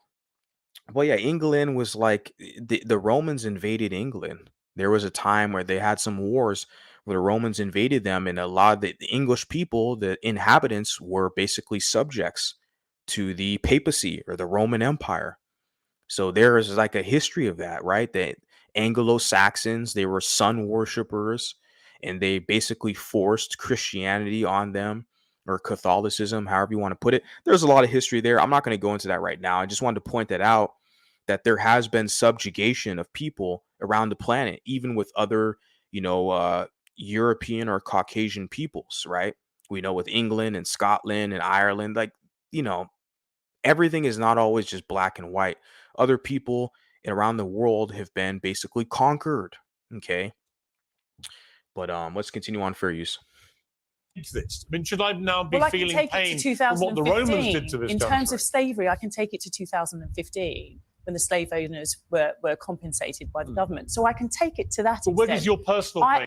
Yeah, because she's talking a lot about slavery 2015. They were, I'd like to know the source of that. Is she talking about something that happened in the United States of America? Or is it something that happened in the UK? Because a lot of that information is being left out. There's a lot of overlap with this slavery talk, because slavery is kind of a big talking point here in the United States of America, right? Because you have the perpetual victim class who can't really compete with these other groups. So they have to use that as like leverage to say, I'm more privileged, or I deserve more set asides because I'm a special victim and I have, darker skin than you, So that's an argument I hear here in America. But I'm interested to know why a lady like this in the UK is pushing this talking point, but could be because of some influence over there, whatever. Fair use. And I can say to you, that I don't think that apologizing is a bad thing. I think that apologizing for a wrong is a good thing. I think The thing is, though, with the whole apology tour, going on apology tour, it's never going to end, right? That's the whole point. Like the title of the stream I have here is what's the end goal for the Victim Olympics? Because the apologizing will never end. You're going to be apologizing indefinitely. That's the whole point. That's their tool to compete, right? And if they do that, it's like they corner you. They put you in a defensive position. Just like I had this guy, I can highlight his comment in the chat. I laugh at these. I'm gonna get to all your guys' comments. Don't worry. I respect you guys. I appreciate you guys here. Thank you so much. I'm just kind of doing things where I do it. Or it's like here, like this. When a guy says, "You calling them boys?" Yeah, there are a lot of these people they're straight up fucking boys. They got their pants hanging beneath their butt. They can barely speak English. They act like boys. Yeah, they're boys. To not just me, but to everyone else. All the other respectable men, okay, in society. Yeah, we're gonna hire you. I'm gonna pay you to dance for me. I'm gonna pay you to work for me. Yeah, you're a fucking boy. It's not the other way around. You don't pay me. You're not gonna educate me. It's the other way around. So you're right. But he says, you sound like a W white supremacist. I appreciate that because you're letting everybody know publicly that I'm not like you. Okay. I'm not black. Because remember, blacks can't be racist. Remember that? Isn't that what you people say?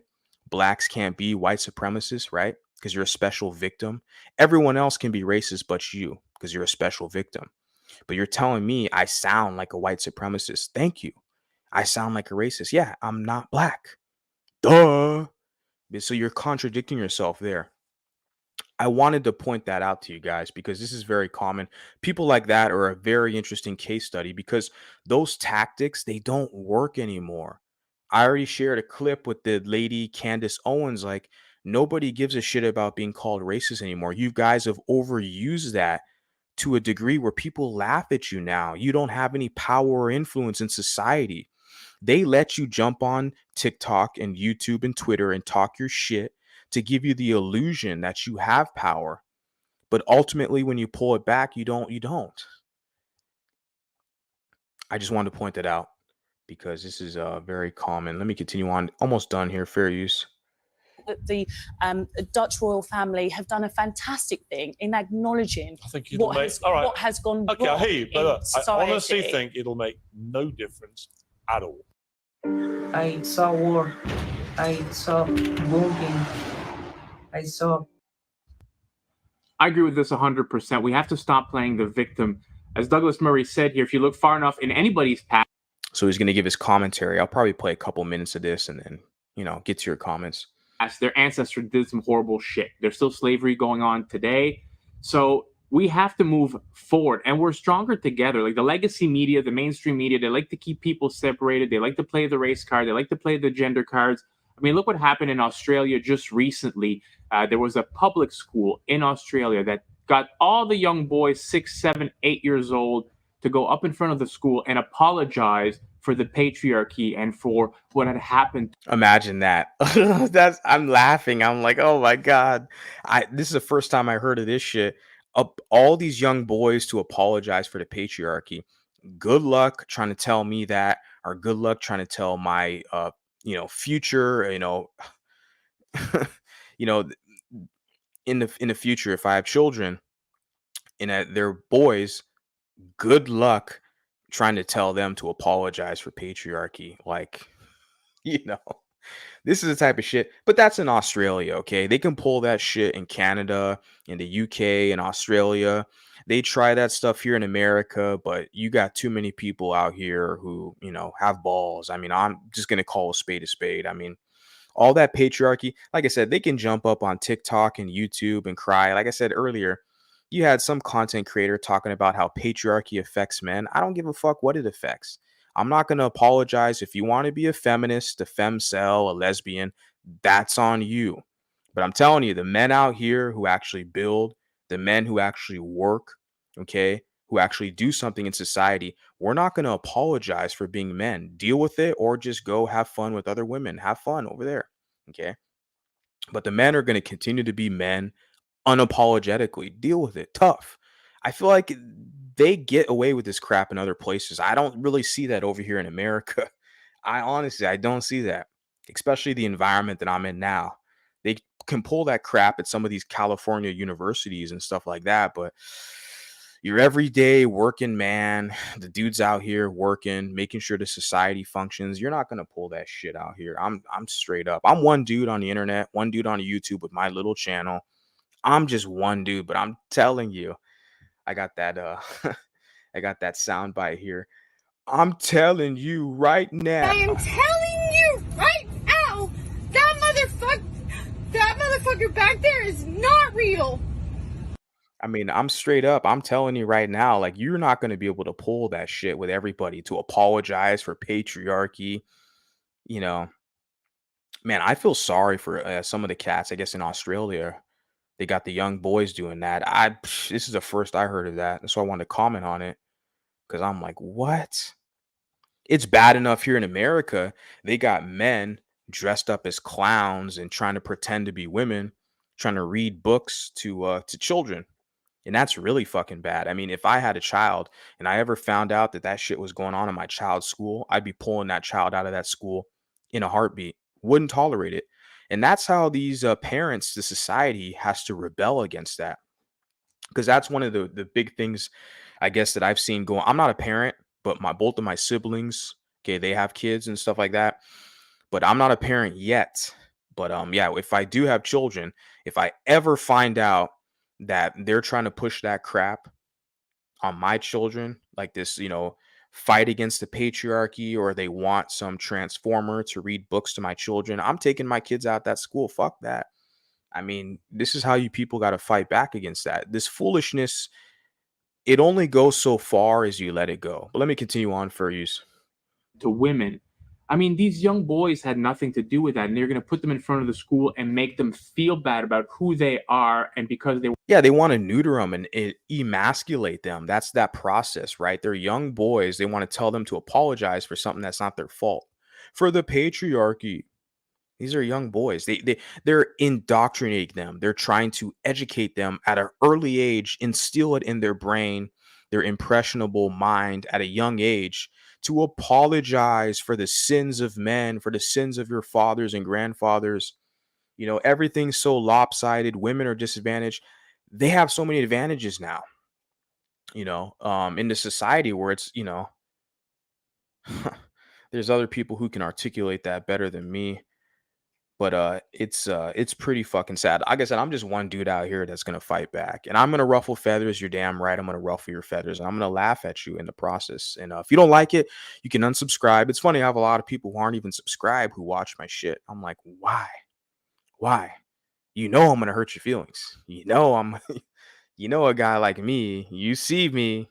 You know me. You know as much as I share with you. Um. Whatever. Fair use. they were born male. And what does that do to the girls? They just look at boys now and think, oh, these are just evil, bad boys. We have to stop doing this. Yeah, precisely. I think he's an American dude. I don't know the context. This video got a lot of views. White Shenanigans, Michael McDonald, 72, almost 1 million views 2 weeks ago. And I'm covering it too, so he's getting more views from this. I didn't even like the video, but I like it. I like his commentary, what he's doing here. I got to sign in. I think I'm incognito mode on this one, but I'll like it after the stream. I'll share the clip. But Doug, yeah, what he's sharing here, it's like, yeah, they want to basically position these boys to be serfs. We can say a concu-serf, like a concubine, a serf, where you're basically a sperm donor in a human wallet. They want to get these young men to be simp enforcers, begging for female validation. And it's pretty bad out here. I mean, it's bad in America too. Trust me. A lot of these fucking idiots, like you have that stupid idiot Irby, who's probably the biggest simp enforcer on YouTube, besides Jake Bell. I mean, Jake Bell is pretty bad, biracial. Okay, loser. So it's funny how people want to say, you're anti-black. Like, dude, I clown these biracials more than the blacks, to be honest with you. A lot of these biracials, especially they want to act like they're black. You got like Jake Bell. He's the biggest fucking simp enforcer. But then you got Irby. the fatal fruitcake, he's another idiot, but he's not even biracial. I was like, why are you even talking? Why are you even in our affairs if you're not even biracial? I don't get it. Just some stupid interloper. We have guys like that who literally take this stuff. They were socialized to be these type of guys, to hate on other men, to be, simping forces, hating on men. I'm like, why don't you guys just start your own channel? Okay. And, I started my channel, and that's what I've had this channel. This has been basically a channel I've commented on other people's crap. I got tired of hearing these pro-wax talk shit about biracials. I was like, you know what? I need to let the world know that we have mulattoes out here. We have our own voice. Okay. We have an opinion. We're going to let the world know what we think. You can call me a racist and cry. You're just going to show the whole world that you're a coward, anyways. And I'll highlight it and I'll clown your ass. Okay. But we're here now. And trust me, with a guy like me, they're going to flag me and they're going to cry to their white massa like they always do. Okay. That's what they're going to do to a guy like me. It doesn't matter. I'll be back. I'll have another channel. I'll have another platform. I'll be back. Like, Arnold, the Governator, right? Let me finish this guy's point of view here. Fair use. This in every aspect. I'll give you guys a little story. I was visiting my mom in Canada a couple years ago, and I went down to the States. Oh, his mom's in Canada, so is he a Canadian? I don't know. Whatever. Fair use. I lived in America for a while. I have a great friend that lives down there, and I try to go see him every time I'm down there. Yeah, he's probably a Canadian, is what it sounds like. Don't know. Maybe I can check it out. His about section. I think they got rid of the about section. Right, click here. Let's see. Canada. So he's actually Canadian. There you go. He's a Canadian cat. So interesting, yeah. Because I couldn't tell by the accent, but he definitely said right there about his mom in Canada, but he's a Canadian guy. But he's a close connection, he said, with America, whatever, his friends or family down there. Let me finish his final thought segment here. What happened in California with all the looting or racism? This has to. Let's go. Talking about the American flag. A flag, same with the Canadian flag, that symbolizes like a people together. This is insane that the flags of our countries have become synonymous with white supremacy or racism. This has to stop.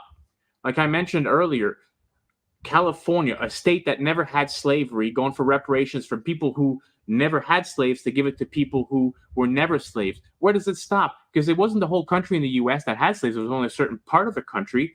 And do the black slave owners, because there was some, do they have to pay reparations to those? Yeah, and then even the Africans who sold the slave, right? Sold people to be slaves, right? Are they going to pay? Oh no. Oh no. It's only you privileged white men and women, particularly the women, because like I said, when you're in these circles, some of these circles, what it is, we see with the divide with the communita, you have the passport bros or SYSBM, and then you have the divestors, right? The femcel divestors, okay? Black men and black women, because they have spaces on the internet. There's some kind of what's interesting about the black spaces on YouTube and the internet, social media, is there definitely is kind of some overlap, because in the black male spaces, they allow women to be the center of attention and the voice. They pedestalize the women. That's why you have, even white women like Just Pearly Things, but you have Danica Marie, you have Jessica X, who's from England. You have Crimson Cure, a black woman, and you also have the stripper, that idiot. And then you also have another large platform. What the hell's her name? Ah, damn, I forgot her name. It was on the tip of my tongue too. She's an attractive lady. She's in the black manosphere space. Whatever. I forgot her name. Doesn't matter. But I seen that they pedestalize and they basically put these black women at the forefront in black male spaces. You don't really see that in the black female spaces, do you? In the BWE spaces, you don't see that, or the divestor spaces.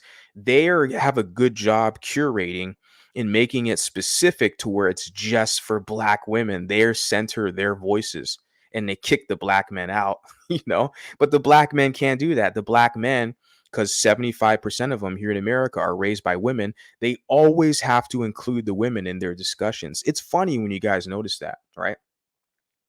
Damn, what the hell is it Melanie King? That's the name I wanted to put. The Black Manosphere lady, her name is Melanie King. Oh, she's got thousands of subscribers. All the black men, all the simps, okay, in the Manosphere, they all promote her.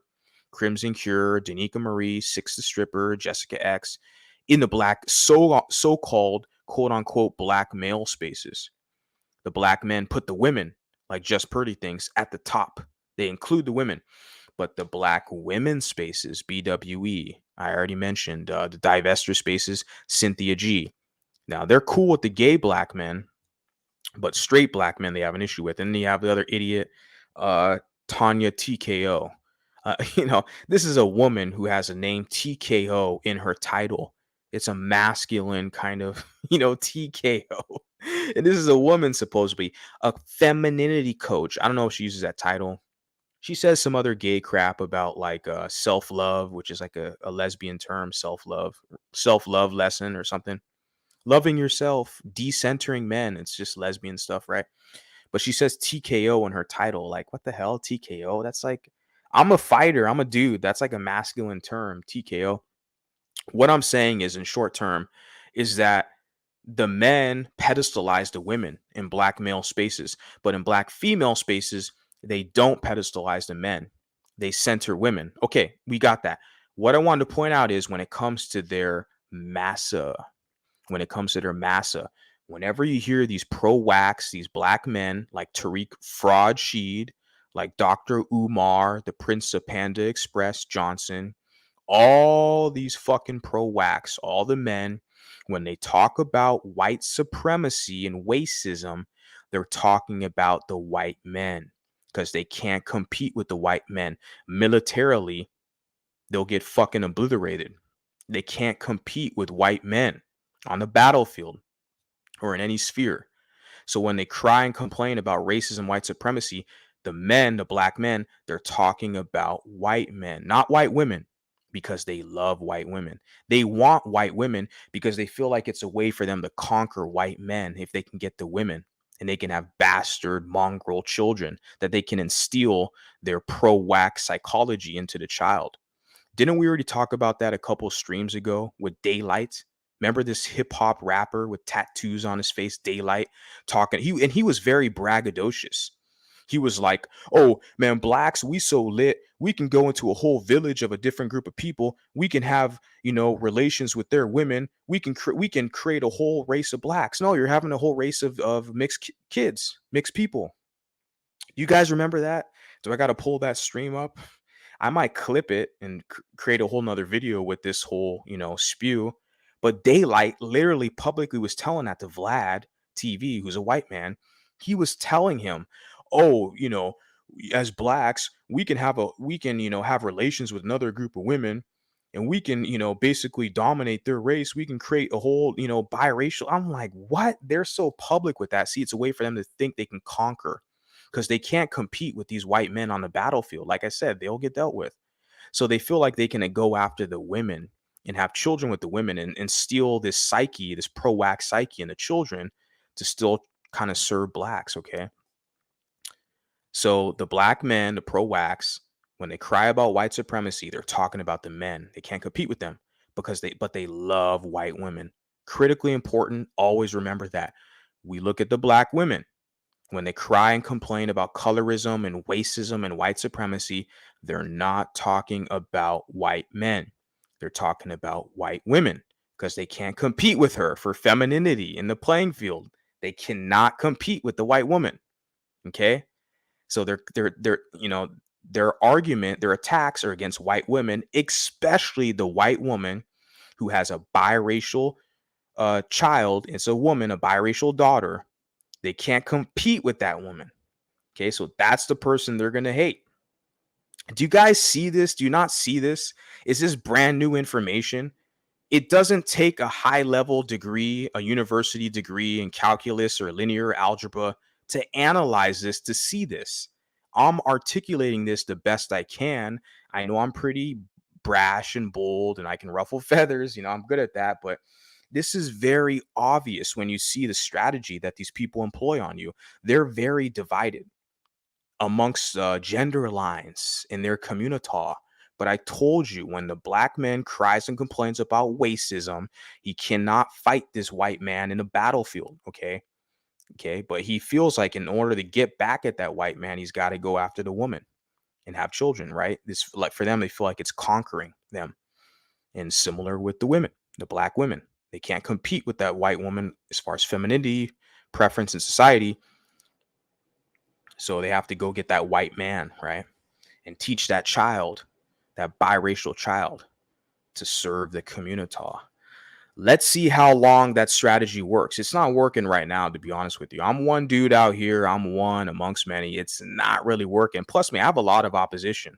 I'm going to get to your guys' comments. I have a lot of opposition. Most of these people, they don't like me because I call the fucking spade a spade. I see it. Like I said, you don't need to have an advanced degree in linear algebra or calculus in STEM field. Okay. I have a degree in speech pathology. You don't have to have an advanced degree to analyze this and to articulate it. This is what's going on now. We got people out here who are speaking on it. Let me continue on, finish the clip, get to your comments, fair use. The people that have ancestors that did that, where does it stop? We are stronger together. We got to stop this race baiting, this race hustling. I mean, look at the looting. Everybody's afraid to be called a racist. Look at what happened in California with all the looting. San Francisco, these. Well, I'm one guy. I'm going to stop it right there. Not really afraid to be called racist. That's the only attack they have. Like I had to some guy in the chat, you sound like a white supremacist, you a racist. It's like, well, what the fuck are you going to do about it? You're going to cry to YouTube? Really? You're going to cry to YouTube? What are you going to do about it? You're not going to do shit, boy. I'm going to take a quick break, guys. I'm going to get back.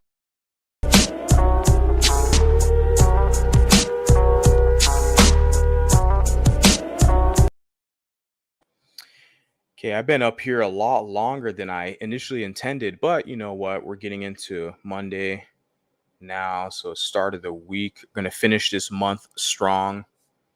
So, and what else do I have to say on that on my little rant before I get into the comments? This is what I have to say about that. I don't give a fuck what you think, bitch. Your thoughts ain't my thoughts. Cut that bitch off. Next caller. Yeah, that's what I got to say about that. Pretty much. Because you guys give me a lot of good material to cover. That's what I like about it. You guys make it easy for me. I don't have to do a whole bunch of research. I mean, I have my other channel, my Mulatto History channel. Trust me, I have a lot of information that I do want to cover for that channel. That's more of a professional, polished channel, but it's like I got so much shit going on. But your guys' help is always appreciated. So I think you're talking about just pretty things. Shout out to Celtic Mulatto up in the house. Spartans! What is your profession? So you put here, she entertains, talking about just pretty things. Political podcasters also. I think she's very good. Almost all podcasters imitate some other podcasters with content. Yeah, I guess.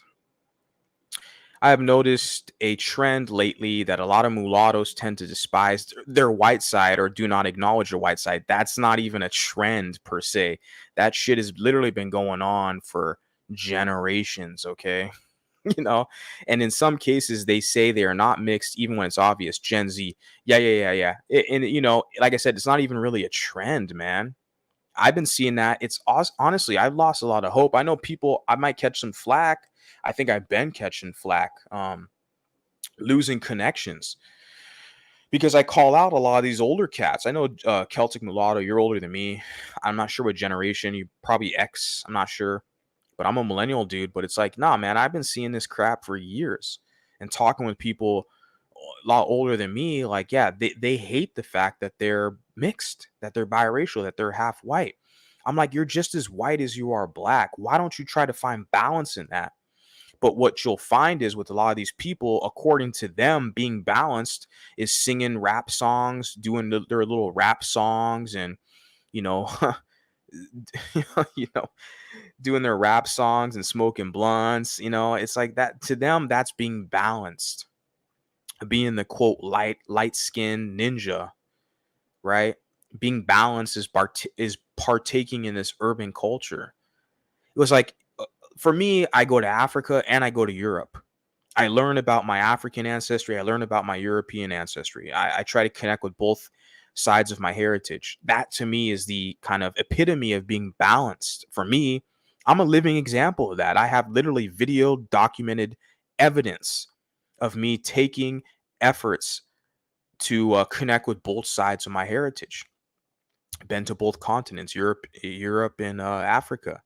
So I'm literally the living embodiment. A lot of my detractors, they don't like that about me. They hate the credibility that I've established for myself. And they can't do, I mean, all they can do is say, you racist and you're not balanced and you don't like black women's. You don't like you have some idiots say that. I don't like black women's, or I don't like people that have black moms. I'm like, bro, I'm very well connected with my black grandma. And literally on this stream this evening, I literally said like 20 times how attractive that black woman is. I don't agree, the British lady, and that's a key point because she's from England. She's got the accent, right? And I literally said like 20 times how attractive she is. But yeah, I don't agree with her philosophies, her political talking points. I think they're outdated and they're clownish, and everyone's going to call you out, not just white men, but you have biracial men and other people, even black men today. In America, conservatives, they're going to call you out for that foolishness, this victim stuff where everyone's got to apologize forever, and colorism, they got to prefer you and crap. People are going to call that crap out, man. So a lot of those kind of talking points they use is a lot of it's outdated. Let's get into this. They even think black Irish are actually black people there. So yeah, I think I read that one because I told you basically, shout out to the cat over there in Dublin. I don't agree with that, but he literally has that in his about section. I saw that shit in Bluish Gelato. It says Gothic or witch. So there's a lot of people who have different views in this country. That's the beautiful thing of this country. Look, like I said, I'm the bad guy. I'm the biracial bad guy. I'm the racist, and I'm a self-hater. Even though the same blacks who say I'm a self-hater, those people have never even been to Africa, yet I have. So that's why their opinion is basically futile. They're here to basically dance for me, What I'm saying is, in US, you say the cultural imperialist nation, they impose the worst ideas. Well, other nations accept it. China doesn't. I play a hip hop song on this YouTube stream.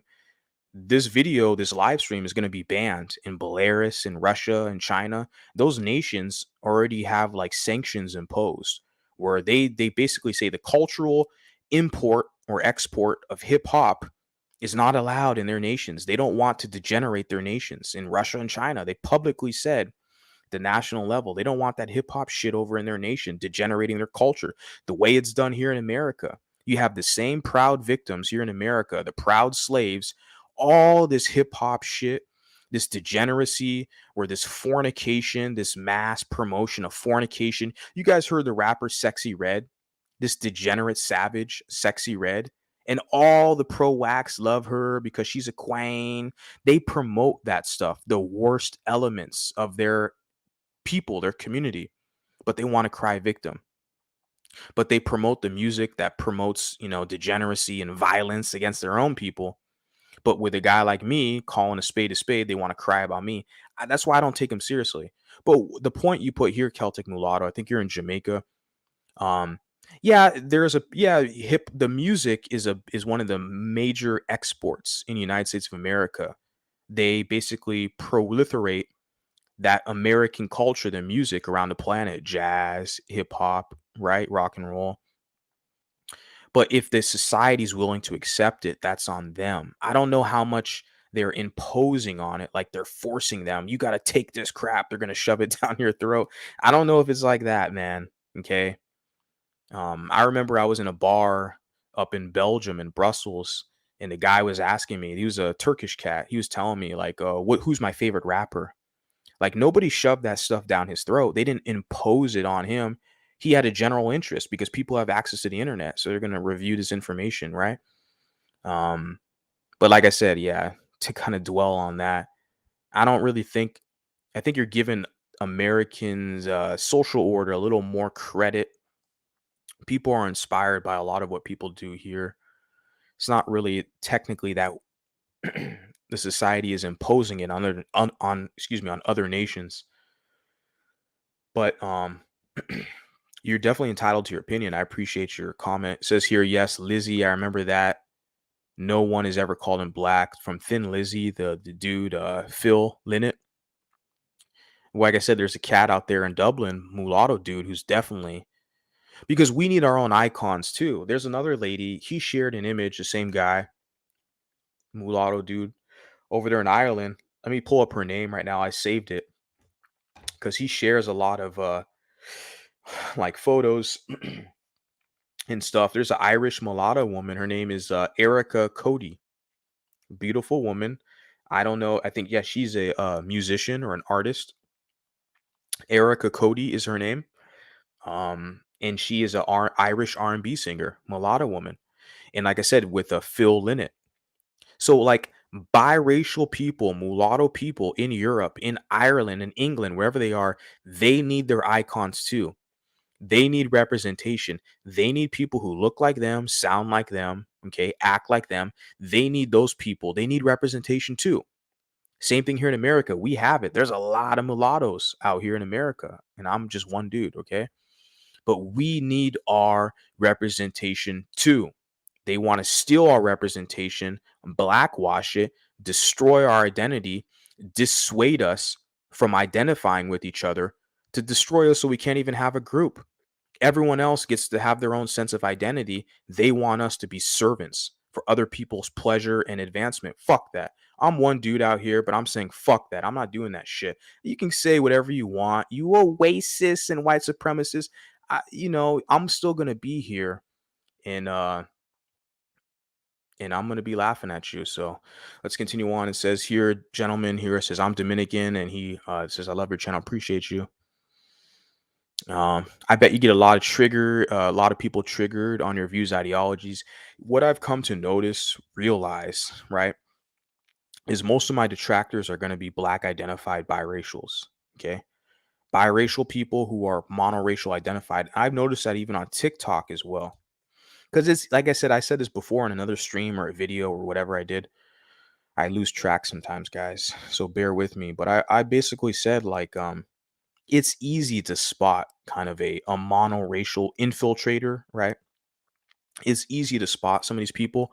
But what's difficult and tricky is you have someone who's mulatto, okay? They're mixed race, biracial, and they look like you, they sound like you, okay? They, a lot of that stuff. They're able to sneak in, get in, but then they creep in these kind of pro-whack tendencies and one-dropping and pro-black ideology. It's like that's the the tricky part about it. But I trigger them the most. Okay. Eventually, over time, I say something that triggers them. They get bothered. Then they start showing you, oh, yeah, they're a pro-whack. They're a pro-black. They know a guy like me. I'm going to bother them.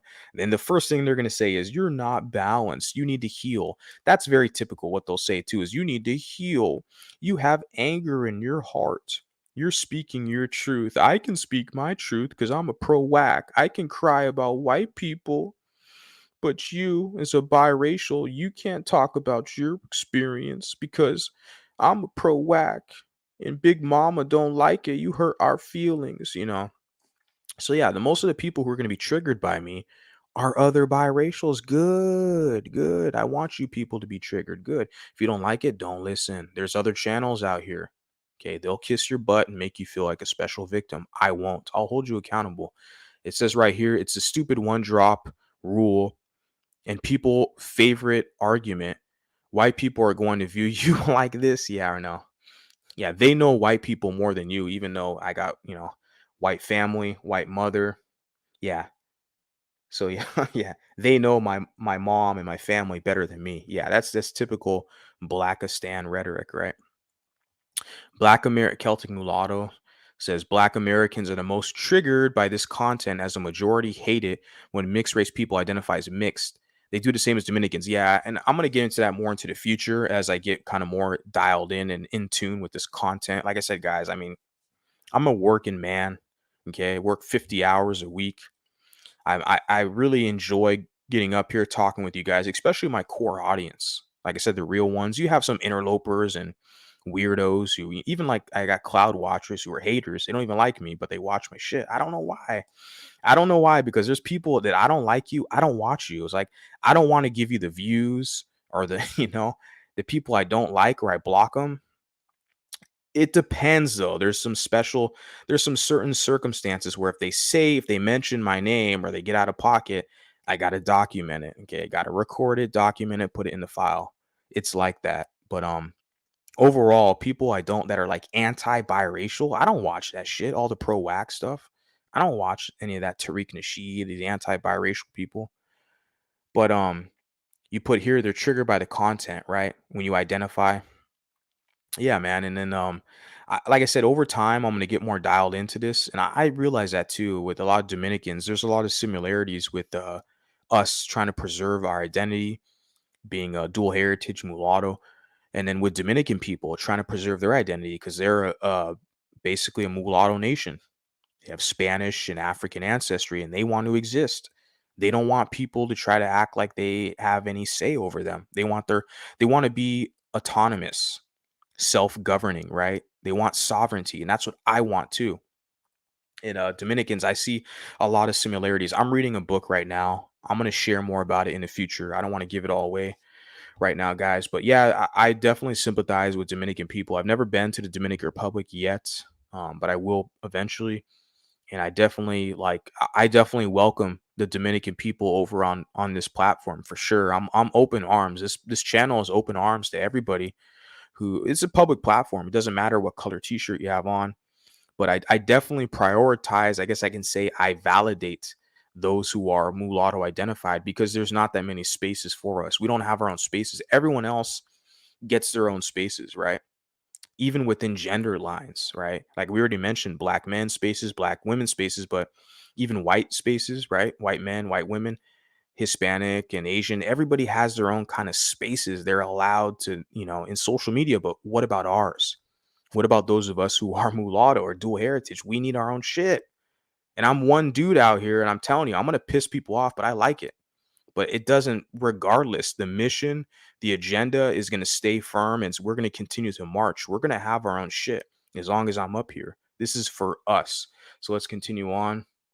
It says here, what made you break out of being pro-black, black empowerment spaces, or Afrocentrics, whatever it's called, is that people pick and choose when to call you as black. That's basically what it is.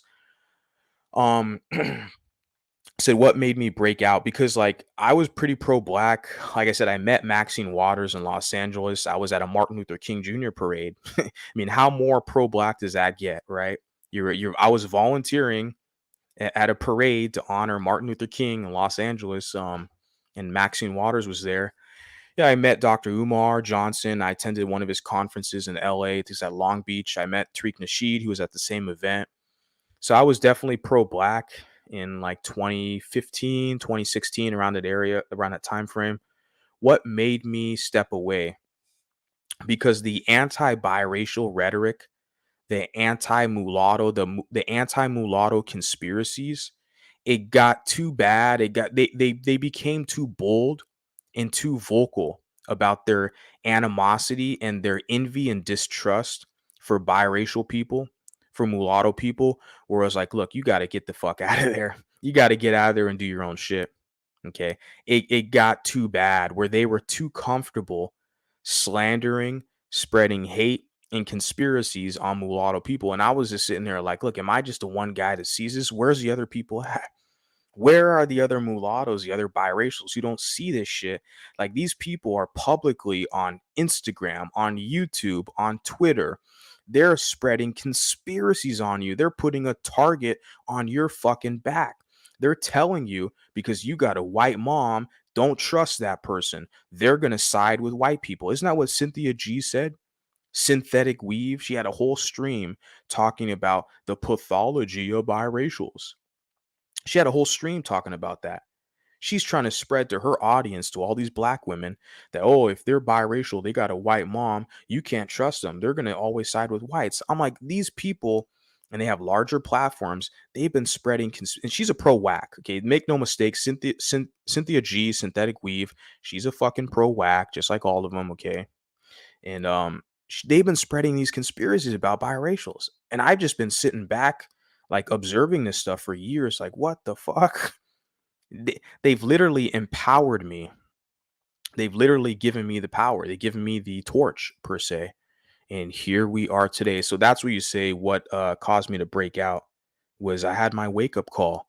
We kind of collectively refer to it as a biracial wake up call.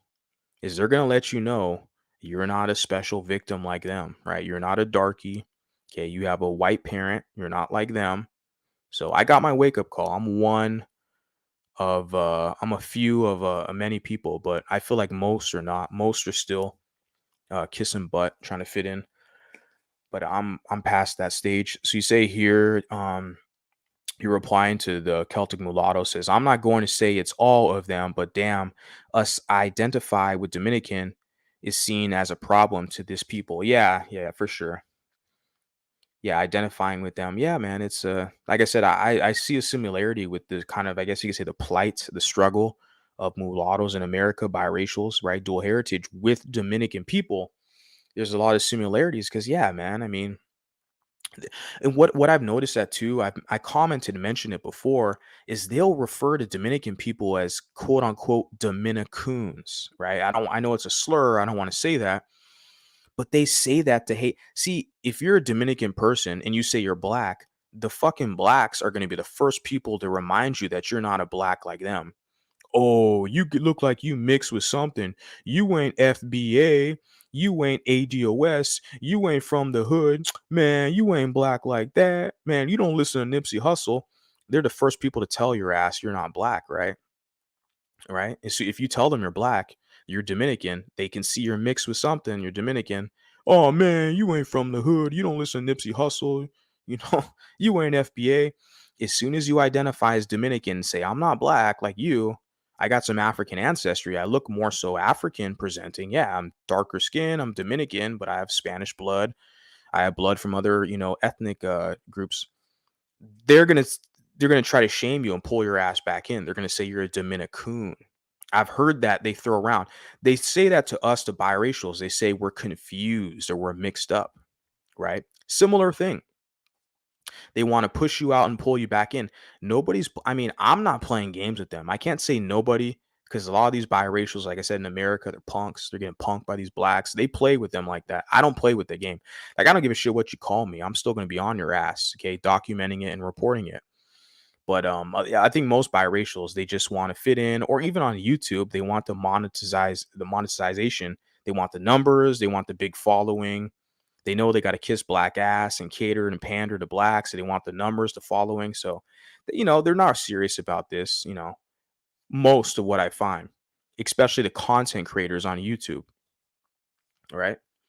If that answers your question, I kind of went, I went a little overboard there, but, no, that's what it is, man. That's what it is.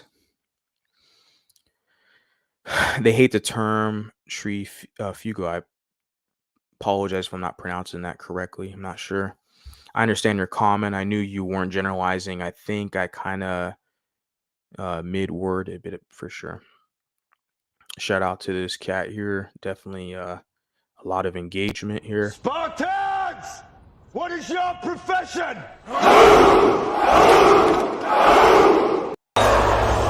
Are you not entertained? Are you not entertained? Shout out to you. It says right here, exactly. African countries have all that land and are not giving black Americans anything. Yeah, they're not giving them any land grants, any reparations. It's funny because there's a lot of African nations where they literally have in their national constitutions where it's like you can only own land if you are born of two, like in Ghana. I can speak from Ghana because I have more knowledge of that nation because I've been there. I have friends from Ghana, right? Connections. Literally in their constitution, both of your parents have to be from Ghana. And in some places, I don't know if it's Ghana or other countries too, where it's like generations down the line. Like literally your grandparents got to be from the land. You can't just walk your ass over there and just buy land. In America, you can. That's crazy. In America, you can be from China. Doesn't matter where the hell you're from. You can come to America and buy land. But in Africa, some of those places, literally in their constitution, you can't. You can only rent and lease on the land. You can't own the land. Literally, that's in some of their constitution in some of these nations. It's crazy. Yeah, so they're not trying to give none of that land to these damn FBAs.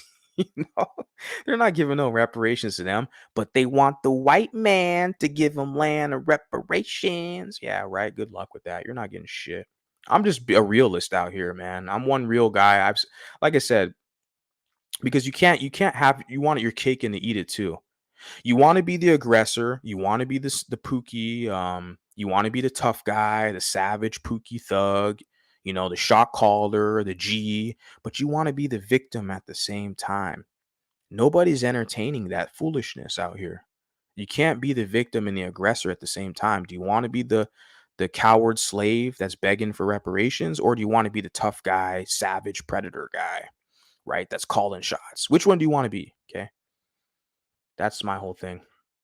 Because you can't have it both. I see a lot of these folks, they want to be both. They want to listen to Nipsey Hussle, want to be down with the hood and all this shit, but then they want to cry. Racism. You sound like the dude earlier who said something about you. Whenever I hear somebody, a black man, who says I sound like I'm racist or white supremacist, I already know he's a fucking bitch. Okay. I already know he's a bitch. I already know he's a fucking punk. Because only a punk would say some shit like that. Man to man. You sound like you a white supremacist. You sound like you a racist. Yeah, this is a fucking bitch. Okay, that's gonna get conquered out here. I mean, why would you to say that to another man? This is warfare. Okay, so that's when I see that type of language being displayed. Like I already know that's a cry for help. You racist, you white supremacists. I'm gonna go cry to my massa. Good luck, boy. Good luck. Let's see how far you get. It says, yes, France is full of black Africans. Yeah, I was in Paris. I was in Paris for a few days. There's definitely a lot of black people. There's still a minority there, especially in that city in Paris where I was at. But there's a presence there of them for sure. Yeah, I think a lot of them are immigrants as well, for sure. Especially you go to the tourist spots like the Eiffel Tower or stuff like that, right? Yeah, they're definitely immigrants. You can tell. They're like they're not locals from the area. And it says the migrants are future Democrat voters. Yeah. In America, Democrats, right? I guess in England, there'd be left party or whatever. Yeah. Yeah, because they get the set asides and freebies from that party. Like I said, in California and like California, for sure.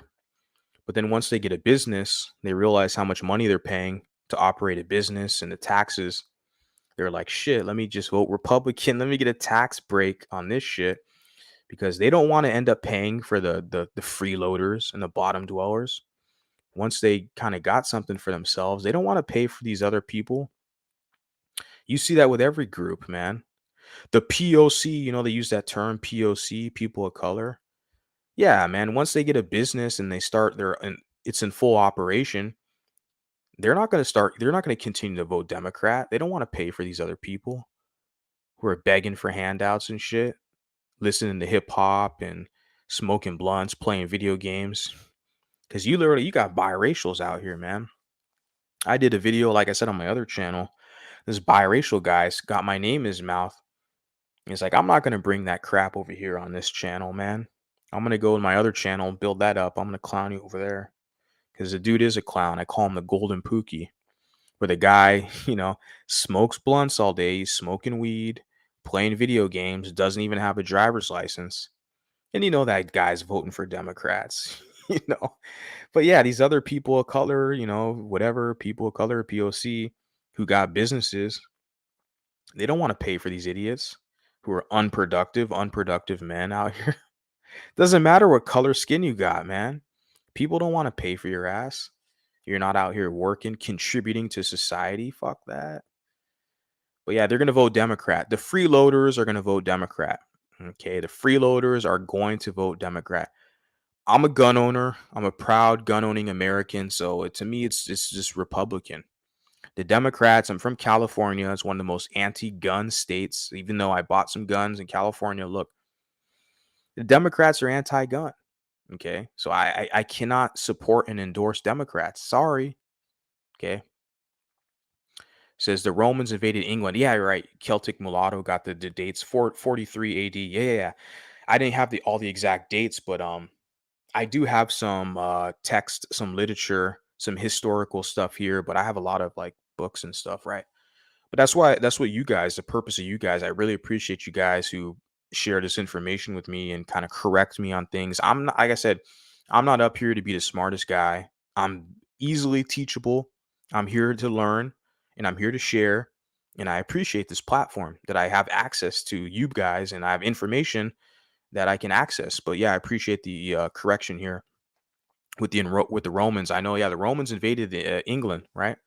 Even back then, where you already had kind of indigenous Anglo-Saxon tribes who were basically sun worshippers, who had their own religion, sun worshiper. They already had their own religions, the Druids and stuff like that, and they were invaded by Roman legions, Roman armies, right? And they forced Christianity and Catholicism. Basically, they converted them. They forced them to convert. Like, we know the history of that. That was before the whole Inquisition period, right? So there is a whole history of that in Europe. But shout out to you for that. It says right here, the Normans invaded England in 1066, moat recently, and they grew into the superpower from then on. Interesting. Good, interesting history lesson here. Appreciate that. Melanie is her name, if that's who you're trying to remember. Yeah, you said, yeah, Melanie King. So it's funny how you know these names too, because I remember I did correct myself earlier. Yeah, Melanie King. Pretty lady, right? Pretty lady. Some people are saying she's mixed or whatever, biracial. I don't know if she is. She's MGM or whatever. I don't know. I don't care. The thing is that she her market is the black manosphere market, right? She placates and basically panders to black men in that audience, right? And the men are simps. They listen to this woman. They're subscribed to her. They listen to her.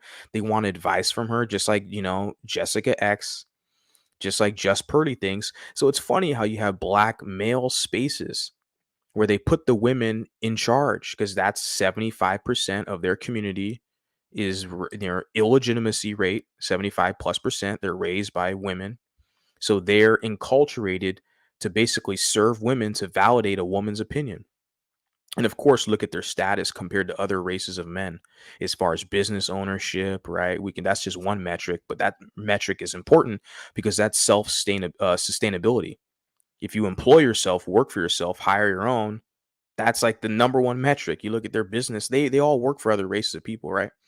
But of course, they're all raised by women. Most majority, not all. Let me scratch that out. Not an absolutist, not all, but majority are raised by women, right? So when you look at these men, when they navigate to quote unquote black male spaces and they put women above it all, they give them the microphone, give them the voice. It doesn't surprise me. Okay. So yeah, Melanie King is her name. Yeah, but then you look at the black women spaces, right? They don't put men at the front. They're talking about decentering men. You guys hear that? You got these women channels. They're talking about decentering men in the men's point of view. But the men, all these men, they care about what the bitch thinks. Isn't that funny to you guys? Right?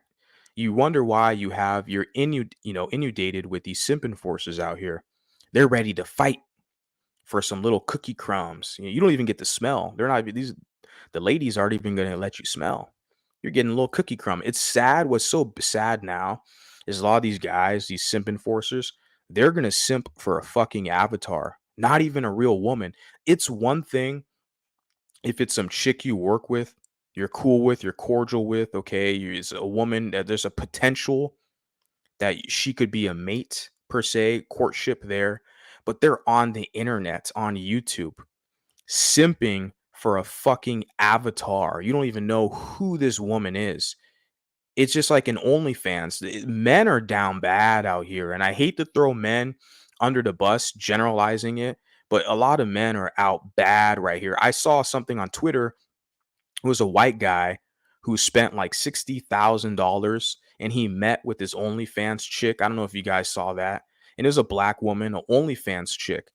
And it was like the way they shared the tweet was like this OnlyFans girl was like, oh, she's meeting her number one spender. That's how they identified this guy, her top spender on OnlyFans. They showed the receipt, $60,000 fucking dollars that this white guy spent on this OnlyFans woman, and he finally met her. I mean, this is disgusting, guys. So a lot of guys are down bad.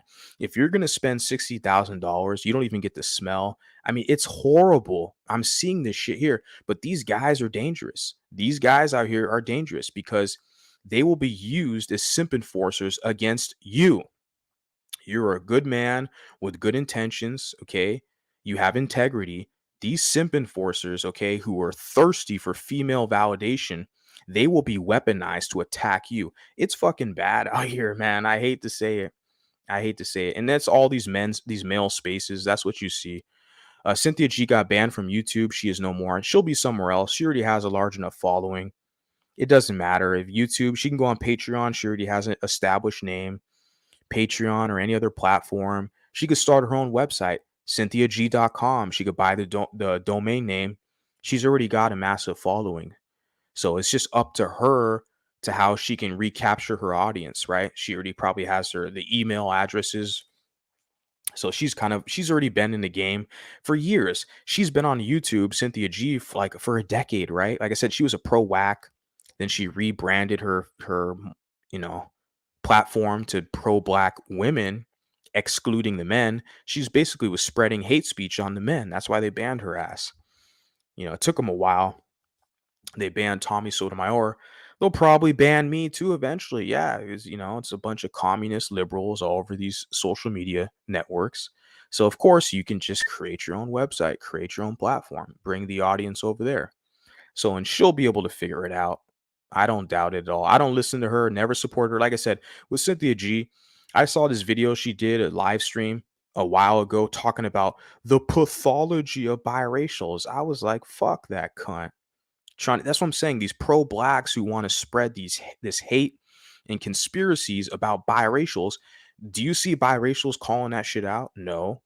But if you're a biracial and you call out people like that or other problematic blacks, they're going to cry to you and call you a white supremacist like that idiot did in the chat here.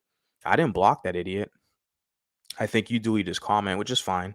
That's why I gave you the wrench. But it's funny how you see how lopsided it is, the imbalance, where it's like they want to criticize you. They want to spread conspiracies about you and hate on you for being mulatto. But if you say one little thing about them, they want to whine and cry to their white massa, right? Right. So there is an imbalance there. Yeah. So Cynthia G, man, she's been spreading hate for years. And like I said, she got out of line talking crap about biracials. Like, I don't even deal with that chick. I don't know. I don't care about her. She was talking crap about whites. She was saying all types of crackers and stuff like this. Like when she was on the pro whack tip, right? She was spreading all this hate on white people. It's crazy how she flipped right away. Now she's like pro white men, not pro white women. That's like I told you guys with these black women, these pro blacks, divester women. They hate white women because they can't compete with them, but they love white men. And the same thing when you look at the black men, the pro whack men, they like white women, but they don't like white men. And in biracials, mulattoes, those of us, if we're directly a first generation biracial, if I can say that, if you got a white mom, a black dad, you're going to get a lot of hate, these pro whacks, and they're going to be weaponized. They're going to use their children. They're going to weaponize their children to hate on you, to target you. You guys better be aware of that. You better watch. You better start documenting this right now because it's already happening right now.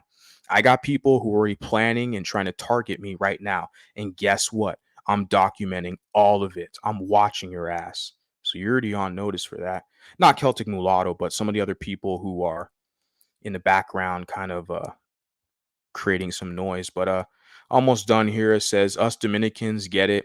A lot of people try to box in as black.